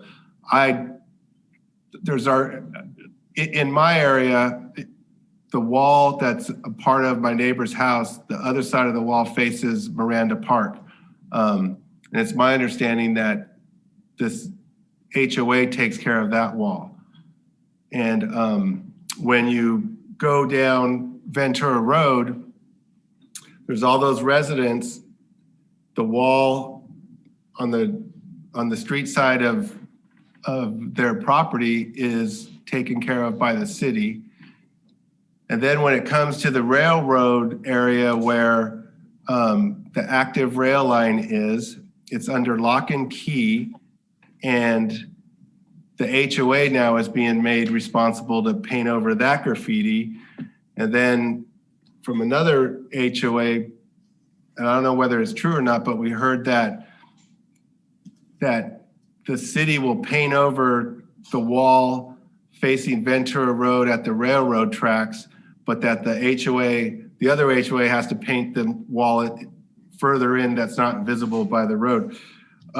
So are we satisfied with our policy? And I'm trying to understand how that active rail line would be the responsibility of the HOA when they don't even have access to the area. So if I may go ahead and just answer a few of your questions in regards to the measure that the Port Hueneme taxpayers approved. Yes, you are correct. In that process, we did say we were going to do graffiti abatement, and we have kept our promise. Prior to that, we did not have a full staff member doing graffiti abatement. Our graffiti call outs were taking 2 weeks to get to. So in that regard, we have kept our promise to the residents of Port Hueneme. We are complying with that. We are going out there within 24, 48 hours, where before we were taking weeks because we just didn't have staff.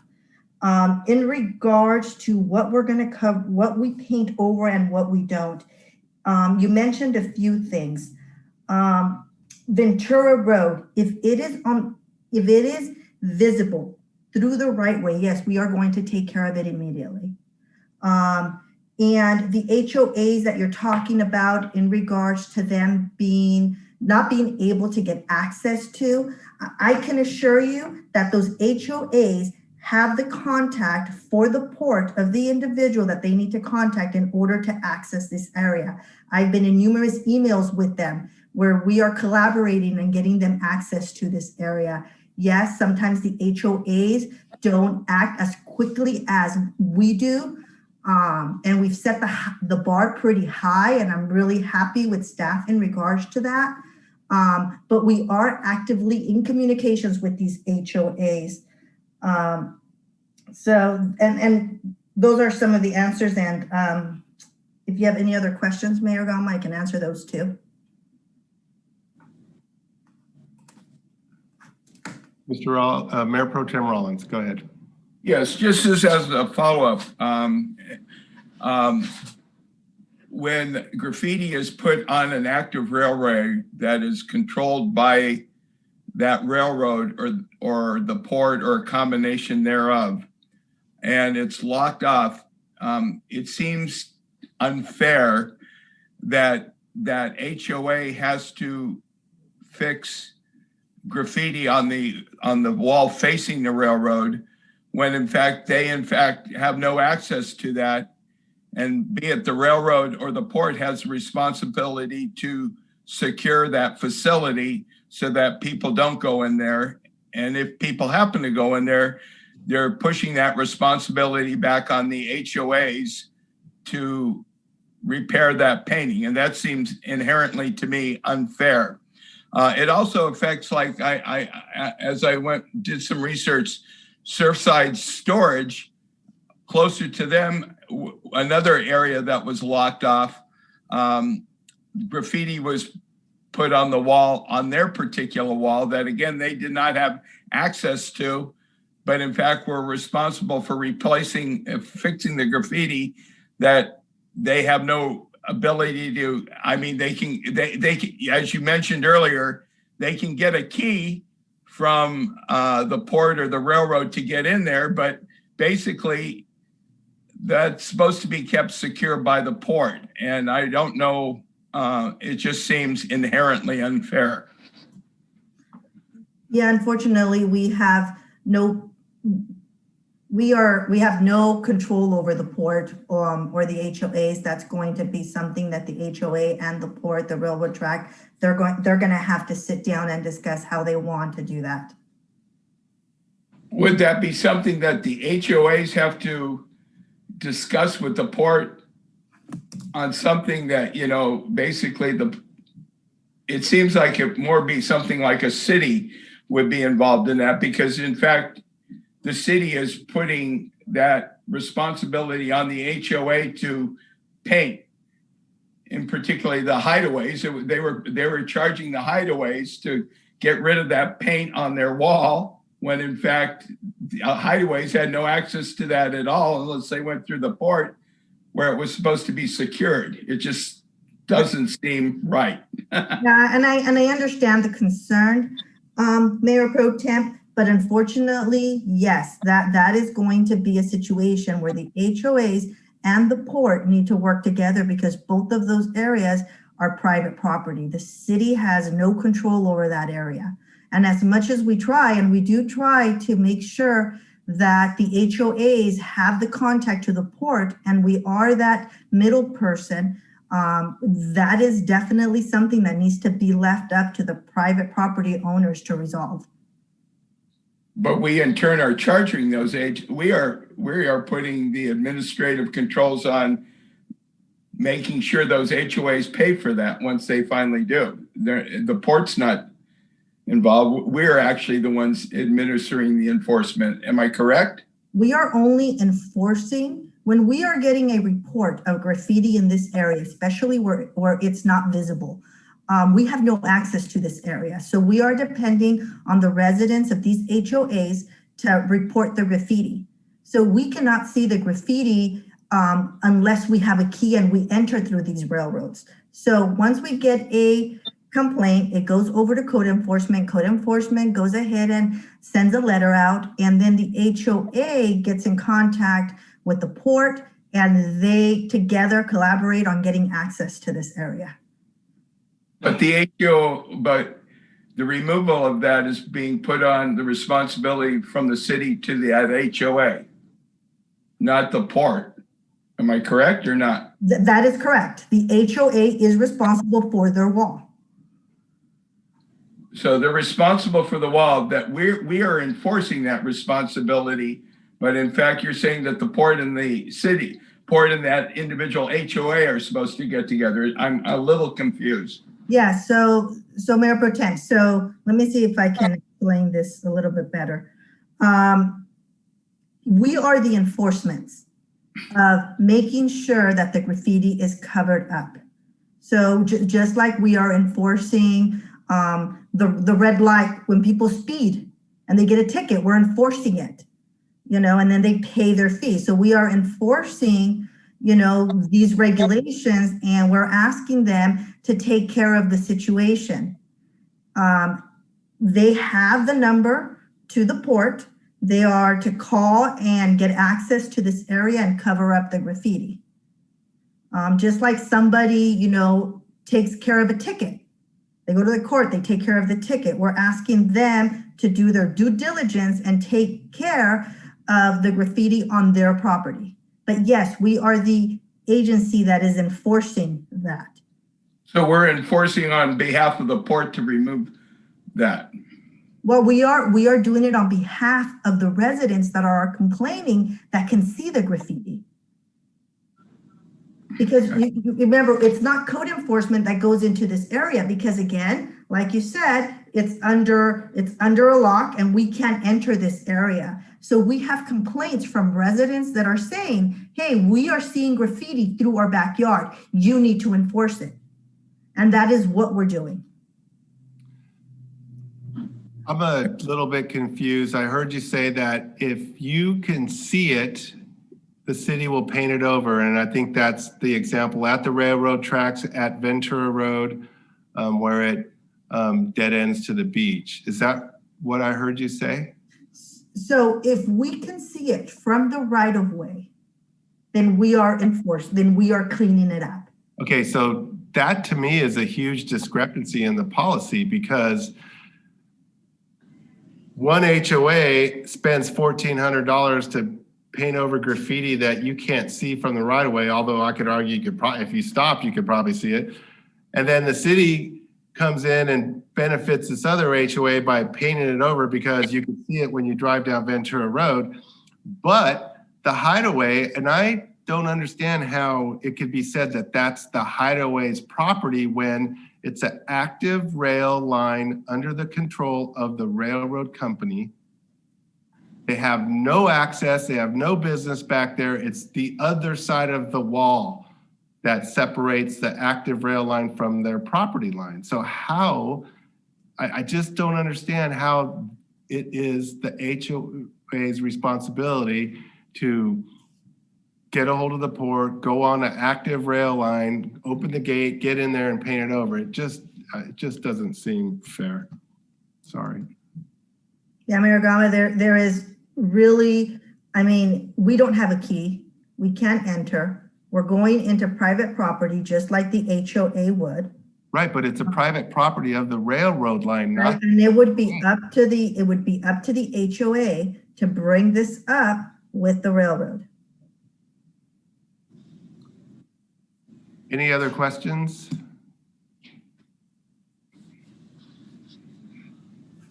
Any comments? Shall we move on? Okay, I have not seen any. We are going to move on. Thank you very much for the presentation. Appreciate your time tonight. We are going to move on to the consent calendar agenda. There are 3 items. Item number 4, approve the minutes of the City Council for the regular meeting of March 1st, 2021. Recommendation is to approve the minutes. Number 5, receive and file the finance cash disbursements February 24th, 2021 through March 8th, 2021. The recommendation is to receive and file the disbursements.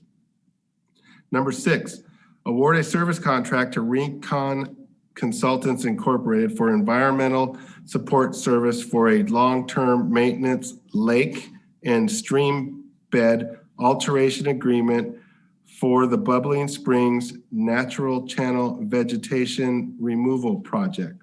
The recommendation is to authorize the city manager to award a contract to Rincon Consultants Incorporated for environmental support services for the long-term maintenance lake and stream bed alteration agreement for the Bubbling Springs Natural Channel Vegetation Removal Project in the amount of $90,343.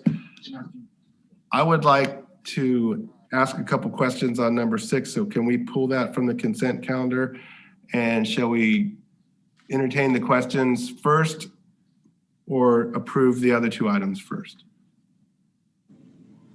Mayor Gama, I would approve the other 2 items. So if you'll pull that item from the consent calendar for discussion, then we can save the questions for that item after we've done a roll call for the consent calendar remaining items. Okay, can I have a motion to approve item 4 and 5 of the consent calendar? Move to approve. I'll second it. May we have a roll call vote, Madam Clerk? Mayor Pro Tem Rollins, Yes. Mayor Gama, Yes. Councilmember Hernandez, Yes. Councilmember Martinez, Yes. Councilmember Perez. Yes. Items number 4 and 5 have been approved. Okay, so I have a question on the long-term maintenance lake and stream bed alteration agreement. So we're behind on removing these reeds, and I think we were told before that we didn't have a contractor. So now we are going to spend $90,000 with a consultant to help us develop the reed abatement plan. Is that what this is all about? Or is this the amount that's going to be expensed to remove the reed abatement, to remove the reeds? Good evening, Mayor Gama. This is Don Villafana. Right now, we can only remove reeds in an emergency condition.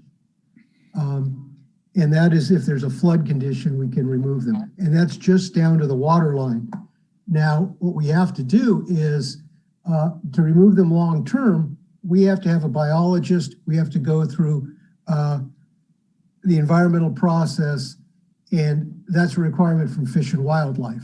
So that's what Rincon Consultant is going to do for us, is we're going to have a long-term abatement program rather than just on an emergency basis only, like I've done in the last couple of years, gone down with probation crews and done it by hand and just cut it down to the water line.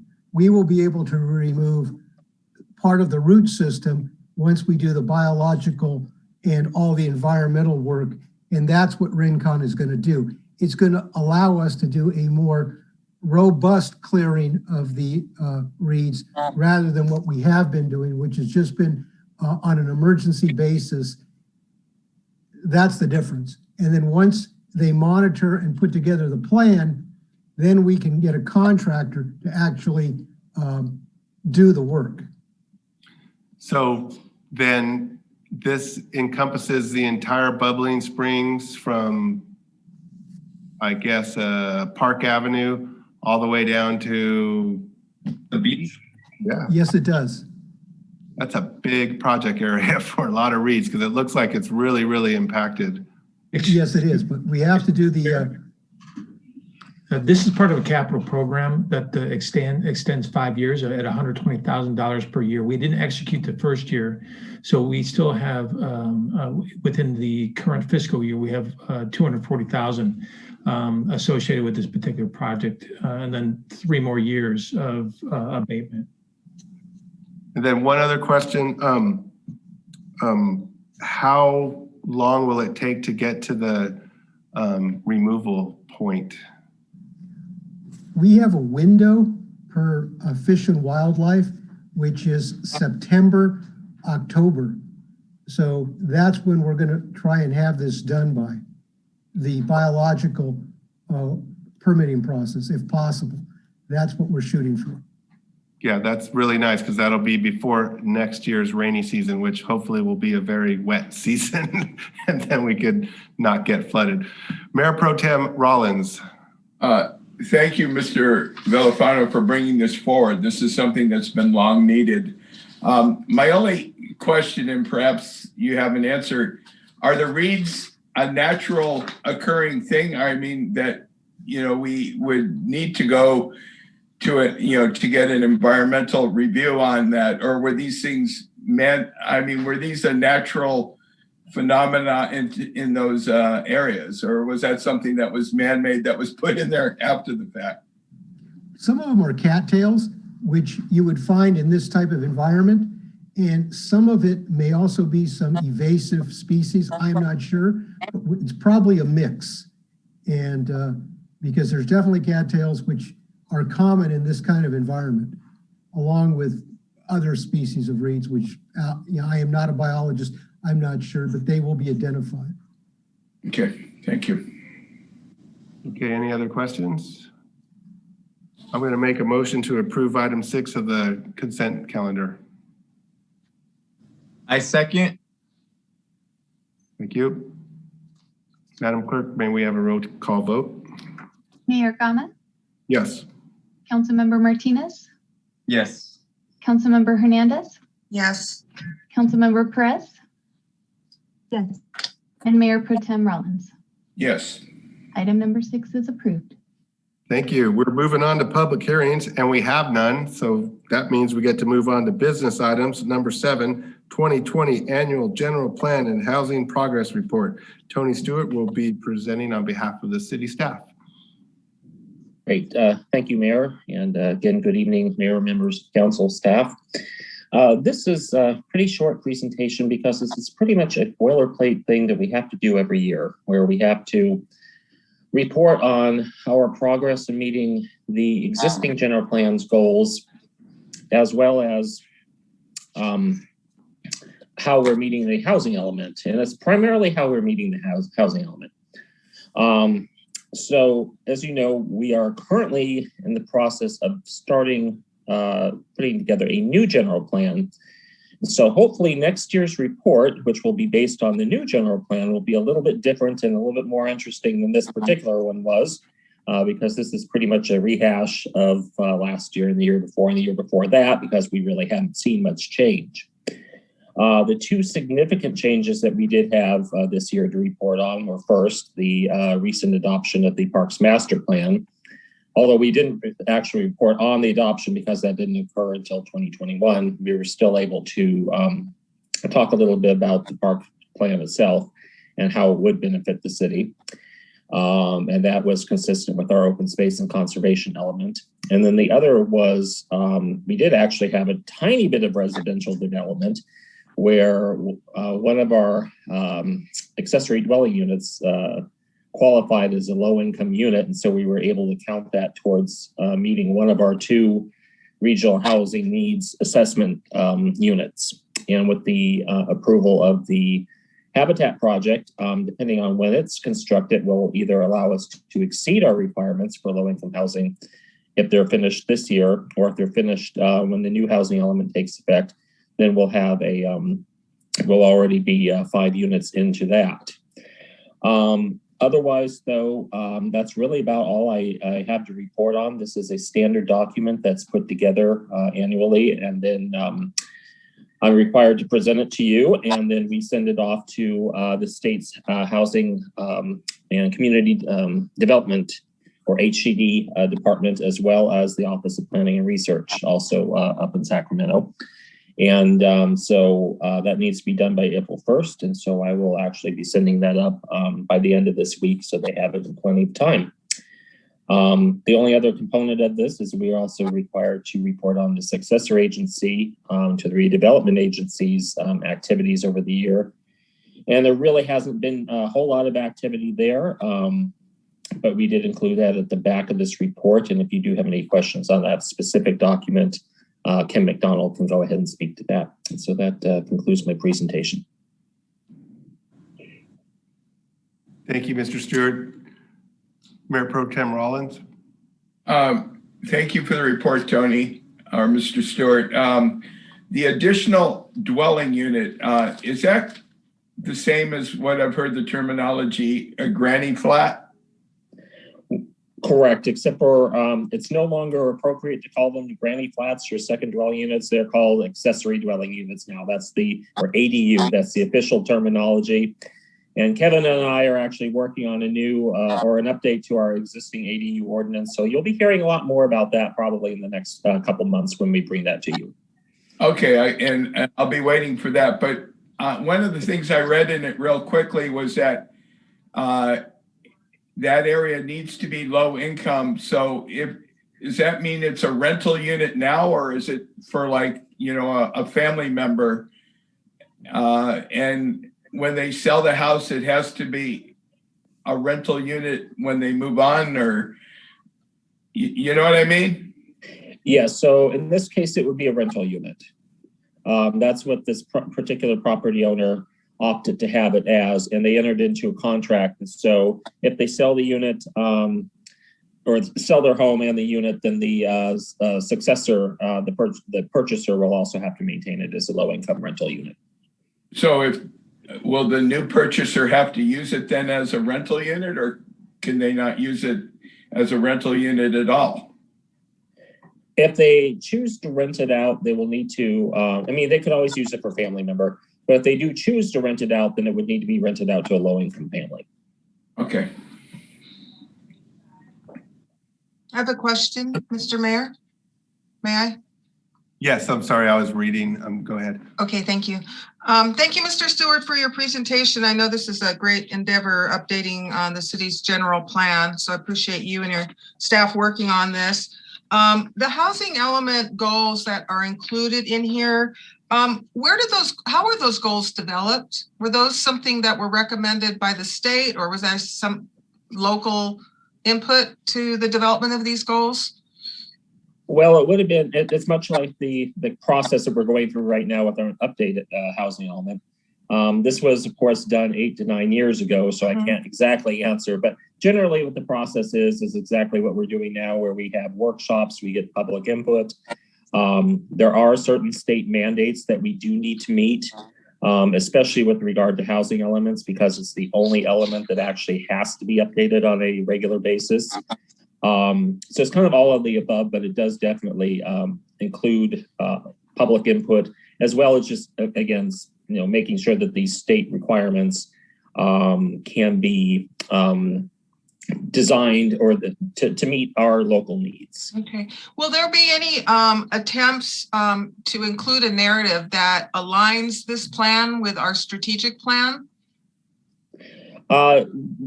I'm not sure if there will be exactly a narrative, but again, the idea is that we do want to align our entire general plan, not only that, but, for instance, the Parks Master Plan will also be a part of that as well. So we do want to incorporate all three elements together. And our consultants do have copies of both of those plans. And so they are working with those to incorporate them into the general plan. Okay. All right. Thank you. Thank you. Are there any other Mayor Pro Tem Rollins? Go ahead.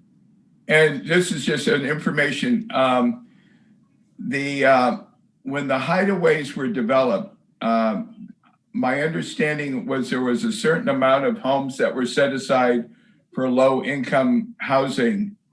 Are those still in effect as part of our repertoire of low-income housing, or are they no longer a part of that? They are currently a part of it, but I understand that it's coming due pretty soon. Quick history on that was that when developers, for instance, Habitat for Humanity, John Ashkar with the Mixed Use Project, if they develop in our coastal zone, we have an ordinance, an inclusionary zoning ordinance, we call it, right at the end of the zoning ordinance that requires that the developers either set aside units or they pay $26,500 per unit towards a fund. As you recall, some of those funds were used to help finance the Habitat project. So in this case, the developer of the hideaway units opted to set aside 9 units instead of the money for a certain amount of time. And I believe that they are still in existence as low-income units through 2023. So we are coming up on the need to address that situation. Mr. Stewart, what the need to address that situation in 2023, did you say? Would that mean the city could sell those properties, or what exactly would our alternatives be? At this point, off the top of my head, I don't know. And that's something, again, that we'll need to sit down with the city attorney's office and the city manager and determine what our options are and have a discussion at that point. Okay. Are there any other questions for Mr. Stewart? Councilmember Perez. So the 28 new 28 housing choice vouchers that were allocated in 2019 that the city gives, is that something that a person would apply through the city for, or is that something you have to apply through the county through like the Section 8 program? Well, it's through Gabby's housing authority, and she may be able to talk about that a little bit more detail because her department administers those housing vouchers. So Gabby, if you're there, maybe you can provide a little bit more specifics for Councilmember Perez. Yes, so those vouchers would come through the housing authority, and our applications are currently on the website. So anybody listening that would like to apply can do so. Is there a wait list, or like, I know that Section 8, I thought I saw somewhere that had like a year-long wait list. Is it similar to that? Yes, it is. And our current wait list right now is about 5 years.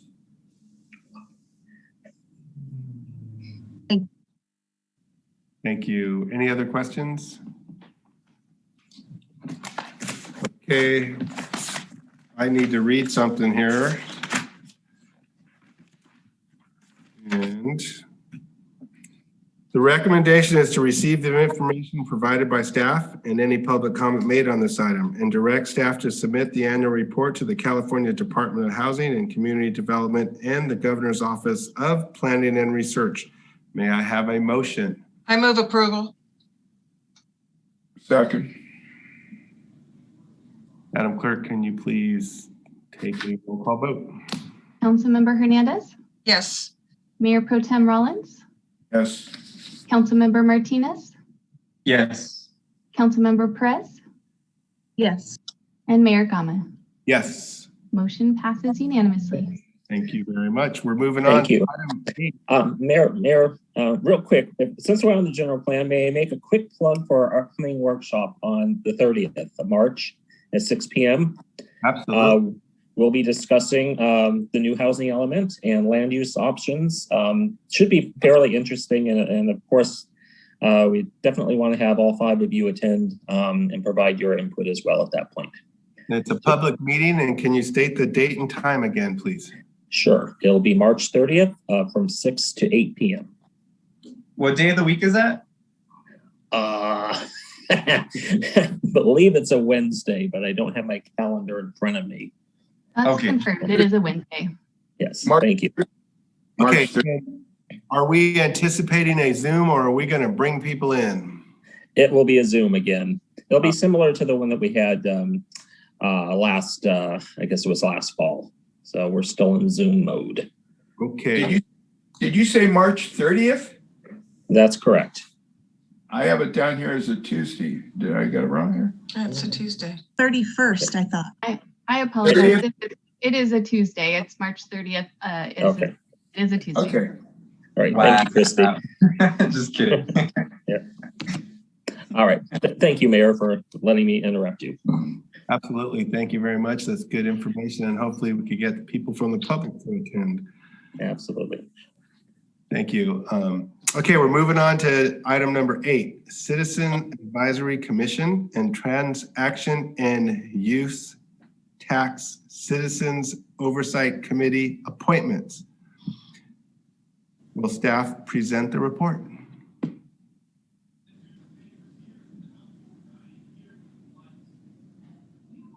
I believe it's City Manager Connors. No, sorry, Mayor. It's Christy Bucks-Kemper. I'm just trying to get my screen show back to the first slide here. Okay, can you all see my screen? Yes. All right. Good evening, Honorable Mayor and Council members. This is Christy Bucks-Kemper, City Clerk for the record. And before you tonight is the opportunity to make appointments to fill a vacancy on the Citizen Advisory Commission and a vacancy on the Transaction and Use Tax Citizen Oversight Committee.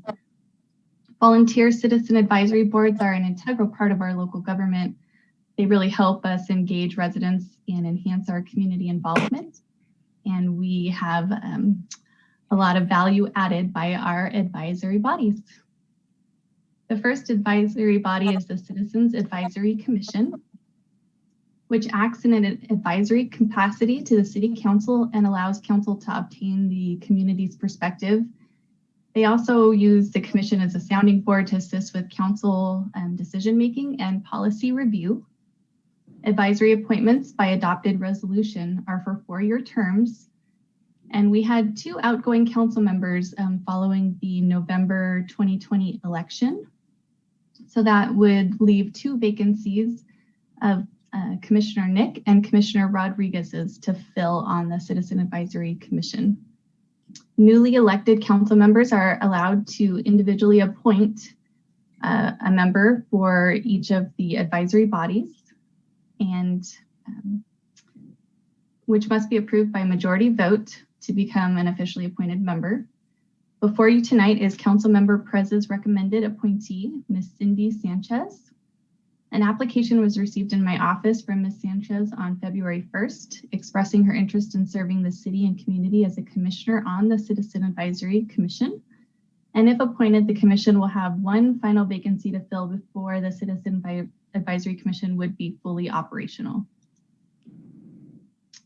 The second committee is the Transaction and Use Tax Citizen Oversight Committee, which was enacted when the voters approved Measure U and established the Citizens Oversight Committee to review the revenue and expenditures of funds from the tax adopted at the November 6, 2018 general election.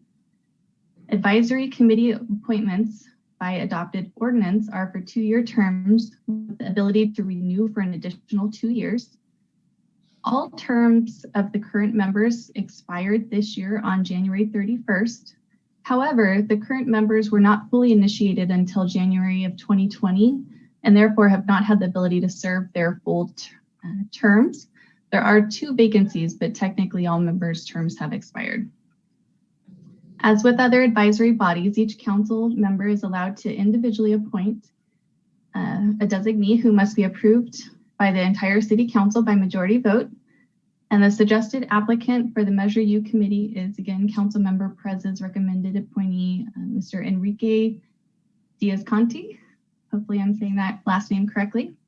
An application was received in my office on March 9th expressing his interest to serve on the Transaction and Use Tax Citizen Oversight Committee. If you choose to appoint Mr. Diaz-Conti, the Measure U committee will have one final vacancy to fill also before being fully operational. Thank For you. each- Sorry, sir. 2 more slides. I'll be quick. For each, the Citizen Advisory Commission and the Transaction and Use Tax Citizen Oversight Committee, new members will be required to complete their Statement of Economic Interest, the Form 700. They'll also be required to do mandatory ethics training, Brown Act training, and take their oaths of office. There's no fiscal impact associated with the vacancies tonight or filling those vacancies tonight, but the appointments will invoke a nominal city attorney expense for providing the trainings. And to wrap it up, the final recommendation for you tonight is to appoint Ms. Cindy Sanchez to the Citizen Advisory Commission for a 4-year term and appoint Mr. Enrique Diaz-Conti to the Transaction and Use Tax Citizen Oversight Committee for a 2-year term, and to also reappoint members Claris, Scribner, and Taylor to the Transaction and Use Tax Citizen Oversight Committee for an additional 2-year terms. And this concludes my report, and I welcome any questions you might have at this time. any questions from any of our council members? Okay, I would like to make a motion to approve the recommendation. Second. Madam Clerk, can we do a roll call vote, please? Mayor Gama, Yes. Councilmember Hernandez, Yes. Councilmember Martinez, Yes. Councilmember Perez, Yes. and Mayor Pro Tem Rollins. He may have So you're muted. I'll take that as a yes. And just a quick note to thank our advisory committees. They do volunteer their time, so they are very appreciated. Thank you. We appreciate community service in all forms, definitely. Okay, we're moving on to item number 9, authorization for an additional landscape maintenance worker 1 position to assist with gopher control and general landscape maintenance. Will staff please present the report on this item?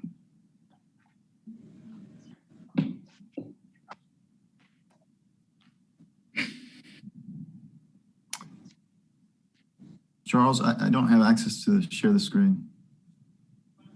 I wasn't aware there was a PowerPoint. I will give that to you right now. There you are, sir. Thank you. Let's see. And the wind is getting stronger right now. I can really hear it. Yeah, I'm worried about those trees. I know. There's one. I saw a branch come flying down earlier today. It was crazy.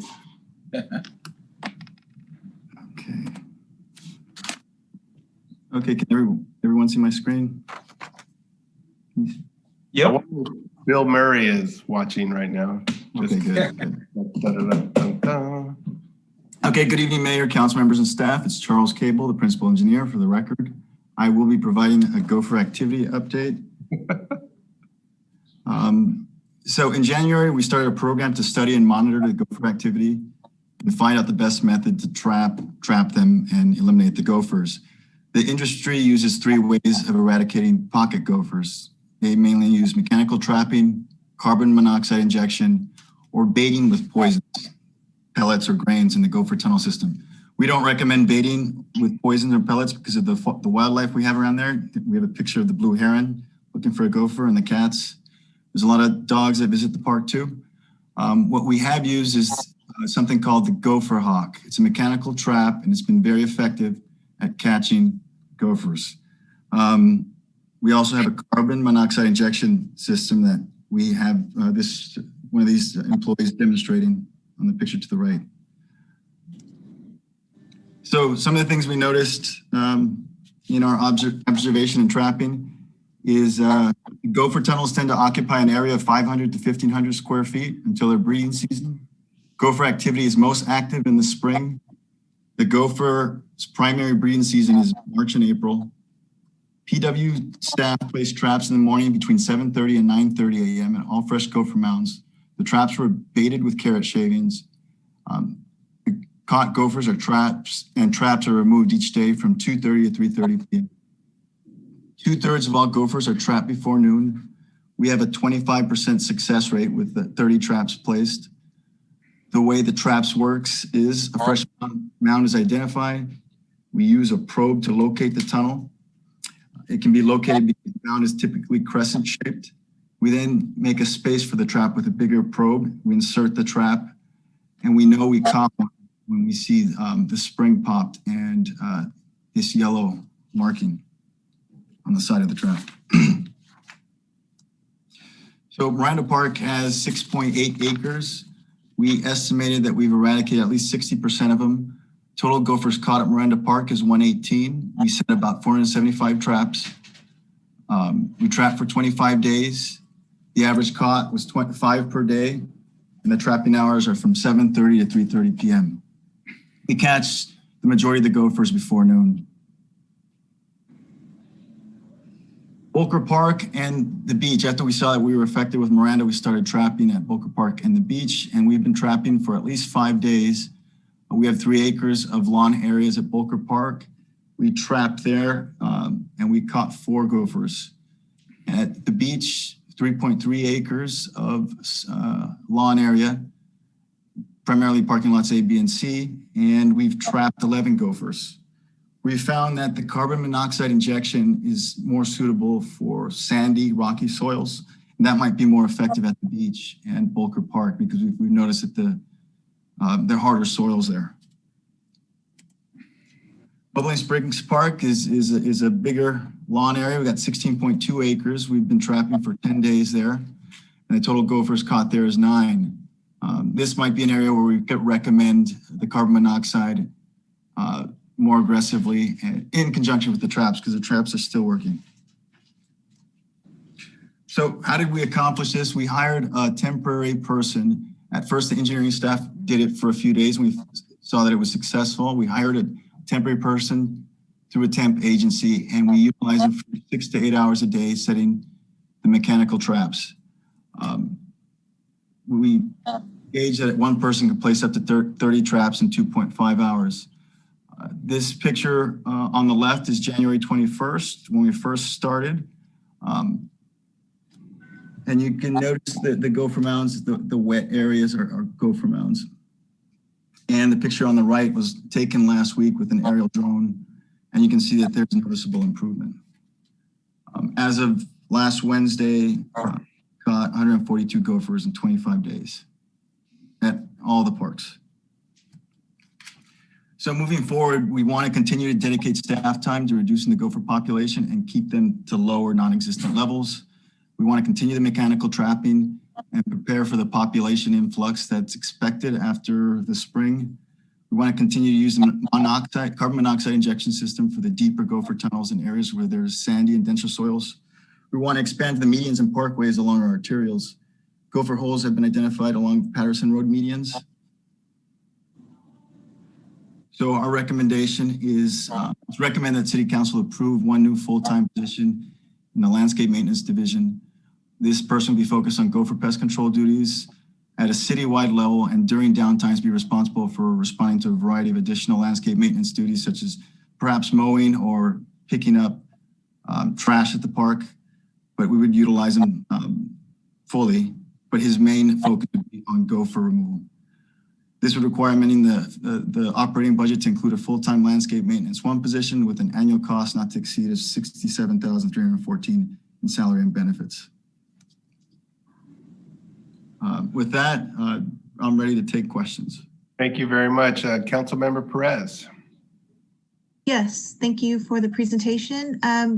What have you discussed what you're going to do once you get rid of the gophers and how to keep them from coming back? I know there's some vegetation, brushes, shrubs you can put in that I guess gophers don't like? Has that been discussed at all and a plan put in place of what's going to happen after they're gone? So we have, when we started this analysis, we reached out to other companies to get proposals to do the work. We found out that to have another company do it would be excessive. So we were going to use our landscape maintenance staff to continue carbon monoxide injection. There is something called pressurized carbon monoxide injection system, which some of the county uses. And we could use that, but we would want to try with the current system that we have now to continue to just maintain the areas, because we figure that the gophers will come back and it's going to be a constant maintenance. But no, we haven't looked at putting any type of vegetation that they're don't like. We can look at that though. Mayor Pro Tem Rollins. So once they get rid of, let's say, I know part of the master plan, Rec and Park master plan stated, at least at Miranda Park, that they wanted to use it or reuse it as a sports field. With a full-time landscape person to get rid of the gophers, when do they feel they'll be at a success rate that they can actively then take step two as far as making the field playable as a sports field for softball and soccer? How far are they along the way? I understand that there's a CIP project for the softball fields to be renovated. Our first step would be to reduce the gopher population, because I think it's going to take a while to actually completely eradicate them if we can. But I think that comes from a different discussion of when they're going to do the work for the CIP project. Oh, no, I understand. When do you think they'll be gopher free at Miranda, say? So they could even consider going to part two? This is Don Villafana. I don't think we'll ever be totally gopher free. What we've done is, and if you saw in those photographs or those slides, you could see how much gopher activity there was and how much it later tapered off to almost no mounds. And so our goal is to maintain minimum new activity, but that's going to take continual trapping and injection of carbon monoxide. So our goal is to minimize gopher activity and have the field be able to be used as it is now. And then when the Park Master Plan CIP is scheduled, we'll be able to, the gophers will be under control. That's our goal, to maintain gopher control, but that's an ongoing battle. So we will be, the gophers will be under control when that CIP is activated. Okay. Any other questions for staff? Yeah, what are they gonna do about the holes, like the actual holes, once they get rid of the gophers? Like, is there a process? I don't know. I just was wondering. So part of the CIP process was to actually regrade the field. That's what was discussed. But to get rid of the holes now, I think we'd wait for the CIP project to come on board. Because it would require grading just to remove the mounds. Well, and there's tunnels under those. It's compromised the field. When they put the traps there and they catch a gopher, they level the mound, but they're not filling in the tunnel. So they're filling it, they're just leveling and tamping in where they trap the gopher in that one area. But when the field is actually redone, then it'll be regraded and any tunnel system will probably collapse and be part of the regrading. Okay. Thank you. Mayor Pro Tem Rollins. Yeah, and to reconfirm, the process that you're doing now will prevent the gophers, will basically eradicate the gophers. They won't be able to go over to, I know there's been some concern by neighbors that the gophers will leave the local parks and go to the neighborhood backyards. Excuse me, this we're is reducing the Kevin number of- Spalding. We're getting off topic here. We're starting to talk about actually going after gophers instead of approving a position. I think we need to bring it back to approving the landscape maintenance worker 1 position. It does say in the headline here that the position will assist with gopher control. Right, but we're getting into what exactly would the gopher control look like and how is the city going to take action on that? That is not the agenda item. Thank you.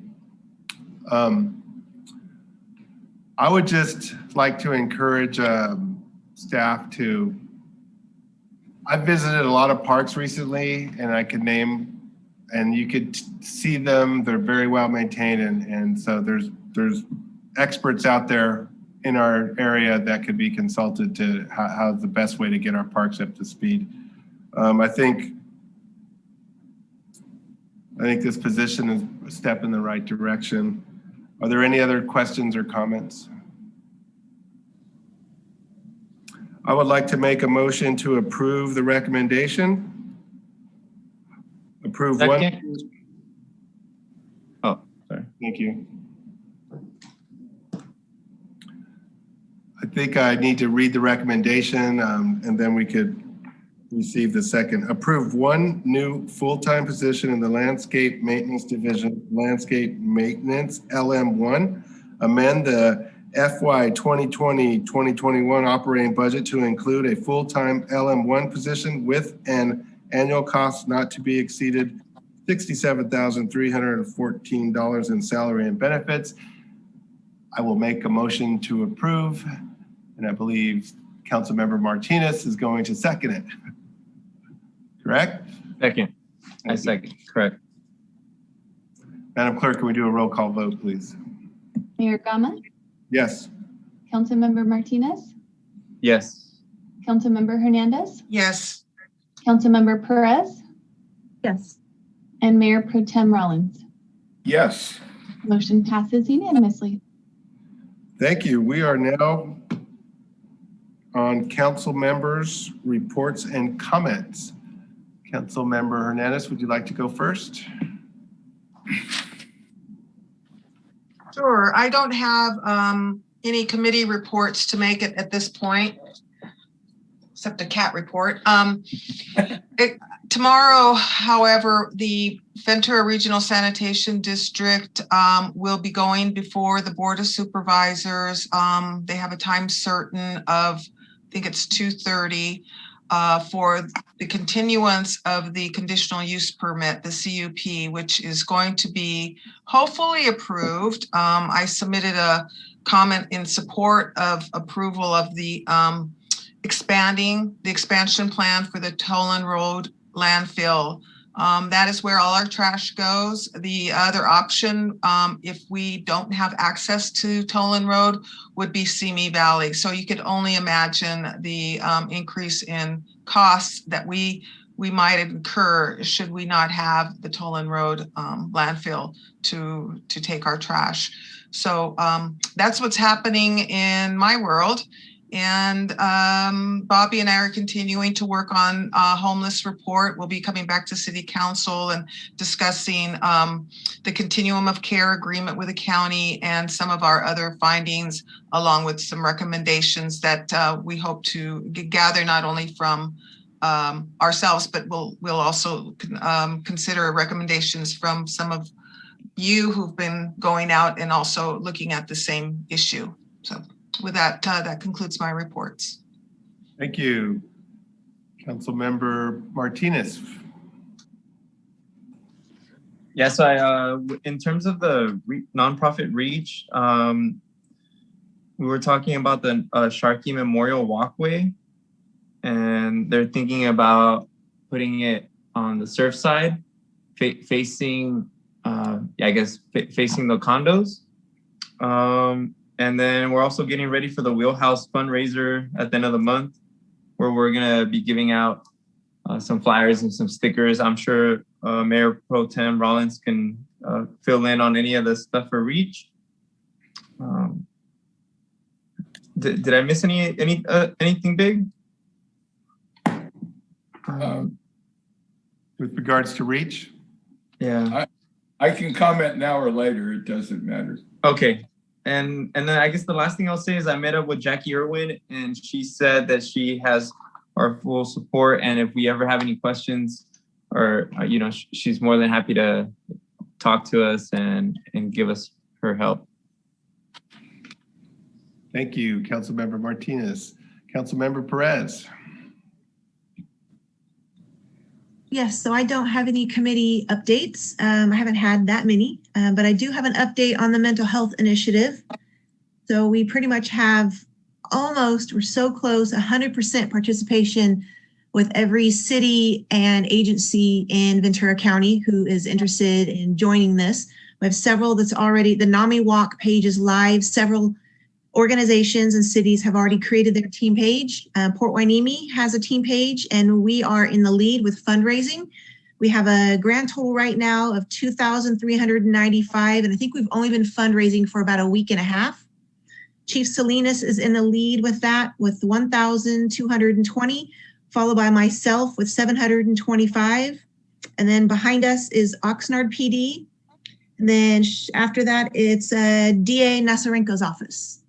So we're making a lot of headway. People are getting involved. Soon we'll be busting out with t-shirt sales, coffee with a cop, and I think we have some other things coming up, but I'm not sure about that. So hopefully get some booths out to every event that we can possibly get to sell some t-shirts to raise more money. And that's it so far. Can you, I joined the team, and I'm kind of lagging on the fundraising part. So I mean, can you give me a little advice? I know, I mean, it's for the team effort. I do actually want to overtake you and Chief Salinas. If you can tell me how to do that, that would be great, because I'm kind of flailing. I shared it. Chief got on the phone and just started calling everybody he knows. He hit up the city side, all the managers, before I could even reach out to anyone. He was quick on the draw. I sent it out to anyone that had a phone number. I just sent out a little blurb, support this, give a little blurb and said, please, support me, and gave my link, just texted it out to everyone, and then posted it all over social media. And that's pretty much all I've done so far. My daughter's teachers, they sent it out to all the teachers. That's it. Okay. You just have to connect with all the people you know. Okay, I'm going to see what I can do. Thank you so much for that. Mayor Pro Tem Rollins. I'll first make a little comment on the mental health. We're creating a team called Athletes for Mental Health, and we're reaching out. Initially, we made a presentation to all the senior athletes from the senior program, our senior city exercise program. We're also going to be reaching out to the various different athletes that utilize the pickleball courts, the tennis courts, the high school athletes. And so that's going to be the theme that we do to bring not only awareness to mental health, but raise some money. I'm going to touch base a little bit more on REACH that we approved last time with the Wheelhouse drive-through. REACH will have a booth. We're hoping to get $5,000 as a result of this event. We'll be giving out various different things to promote REACH. So that's about that one. Let's see. But we went, last week was pretty busy. I went to the Ventura County Transportation Commission. The port made a presentation, and you might wonder why the port is making a presentation. Well, part of Ventura County Ventura Transportation Commission is also transporting goods. And so they talked about the various different ways that they're delivering goods, and that they've developed a 70% reduction on emissions from the various different things that they've done. Most recently, the Ventura County Transportation Commission co-authored and worked with them for a grant to reduce the idling on tractors, developing some kind of a mechanism that will reduce the idling, which will also reduce the emissions. You all probably saw in the news, the Ventura County Transportation Commission also is implementing a new free towing program. So if you're break down somewhere on Highway 101, there'll be a free tow to take you off the road, which will not only make it more safe for the drivers, but will also reduce the congestion. The Gold Coast Transportation, as they move forward in the next 5 years, they're going to be converting a lot of their buses to hydrogen and electric. They've found that that's not only more cost efficient, the hydrogen will provide the power for the electric. The hydrogen engine will emit water vapor, so that will make it good for the environment. So that was that. And I guess most recently, we all went to the, three of us went to the Port Hueneme Water Association. They're going to be doing an inspection of the electrical system so that, it runs safe. And so that's going to be a big project. That's about it. Thank you. I attended the VCOG meeting last week, and it was very interesting. We had a presentation from the transportation people. And one of the things that is very important for anybody who gets stuck in their car along the highway and especially the freeway, it's recommended to stay in your car until help arrives, particularly on the freeway. And the California Highway Patrol has a standing order, a rule that when you get pulled over by the Highway Patrol, they always do a right-handed approach so that to take them out of harm's way. And tragically, so many people are injured when their car breaks down. So that's something to keep in mind. If and when you get stranded, look out for your own personal safety. And it's upsetting. And sometimes your first inclination is to get out of your car, but be very careful if you're in that situation.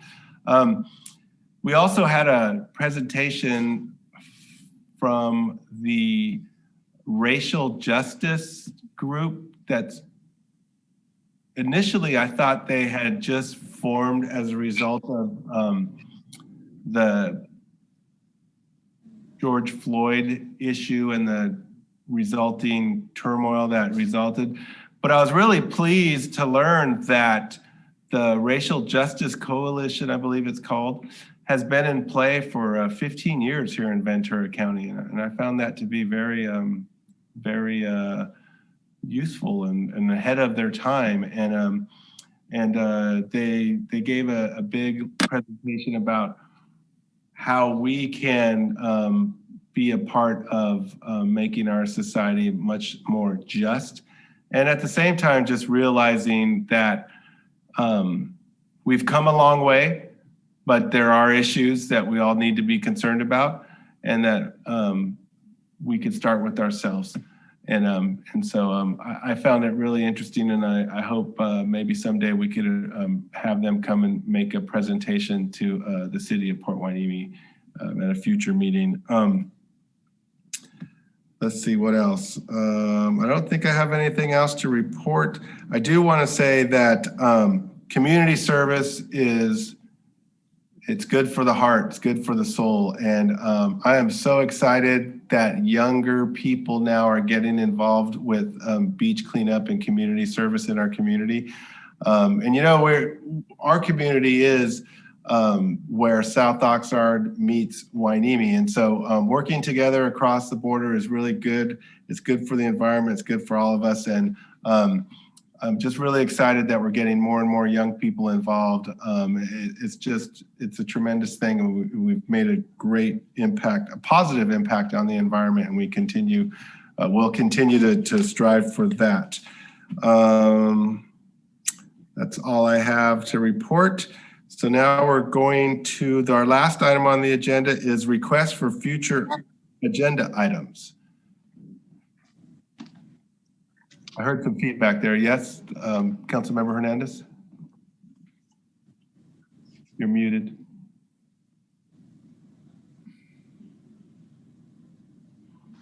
Councilmember Hernandez, did you have your hand? Yeah, my mouse, I'm sorry, my mouse was not cooperating. Thank you, Mayor Gama. I just wanted to let the council know that the Future Leaders of America have contacted me again and have asked to be placed on the agenda to follow up with a vaping ordinance. So I don't know that I've already asked the city manager to agendize that item. I don't know that we need to vote on it. Because it seems to be it's a continuing kind of effort on the part of the Future Leaders of America and the city. So they will be coming to present hopefully in April, and the dates I'm still waiting to get confirmation on, but I just want to let you know they'll be back. So looking forward to that. Thank you. And like I said, we always love it when young kids are getting involved and trying to be a part of their community. Appreciate that. Okay. Any other requests for future agenda items? Yeah, Laura Hernandez, City Council Member Hernandez. Did we mention that we wanted to have the county speak to us on the homeless issue, and then also, do you know what I'm talking about? Signing some sort of paper, basically. Yeah, I had just mentioned the continuum of care agreement. I spoke to the city manager about it, and we are looking at what it exactly commits us to in terms of any financial obligation, because there's a cost sharing discussion in there, and we want to make sure we fully understand what that is. So when you and I are ready to put it on the agenda, that'll be one of the items, and we can have somebody from the county come and speak to that as well. Sound okay? That sounds good. Great. Councilmember Perez, see you're unmuted. No? Mayor Pro Tem Rollins, any requests for future agenda items? Nothing at this time. Okay.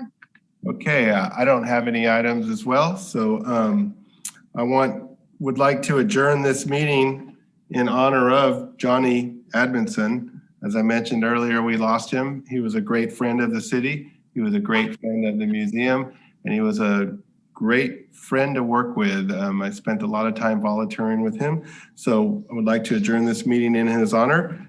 Tonight, the time is 9:17, and the next meeting will be the regular meeting of Monday, April 5th, 2021, to be broadcast at 6:30 p.m. from the City Council chamber. Is that correct? Is that a correct date? Yes, it is, sir. Our meetings are the first and third Mondays, so we actually have a fifth Monday in March, which gives us an extra week before our next council meeting, which will be Monday, April 5th. Okay, because we communicated earlier today to Cynthia Hartley about coming to our first meeting in April. I think I misstated the date, so I apologize. We'll clarify that. Yes, sir.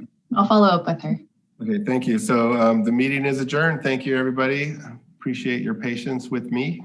I'm still learning, and we'll see you the next meeting. Good night. Thank you. Good night.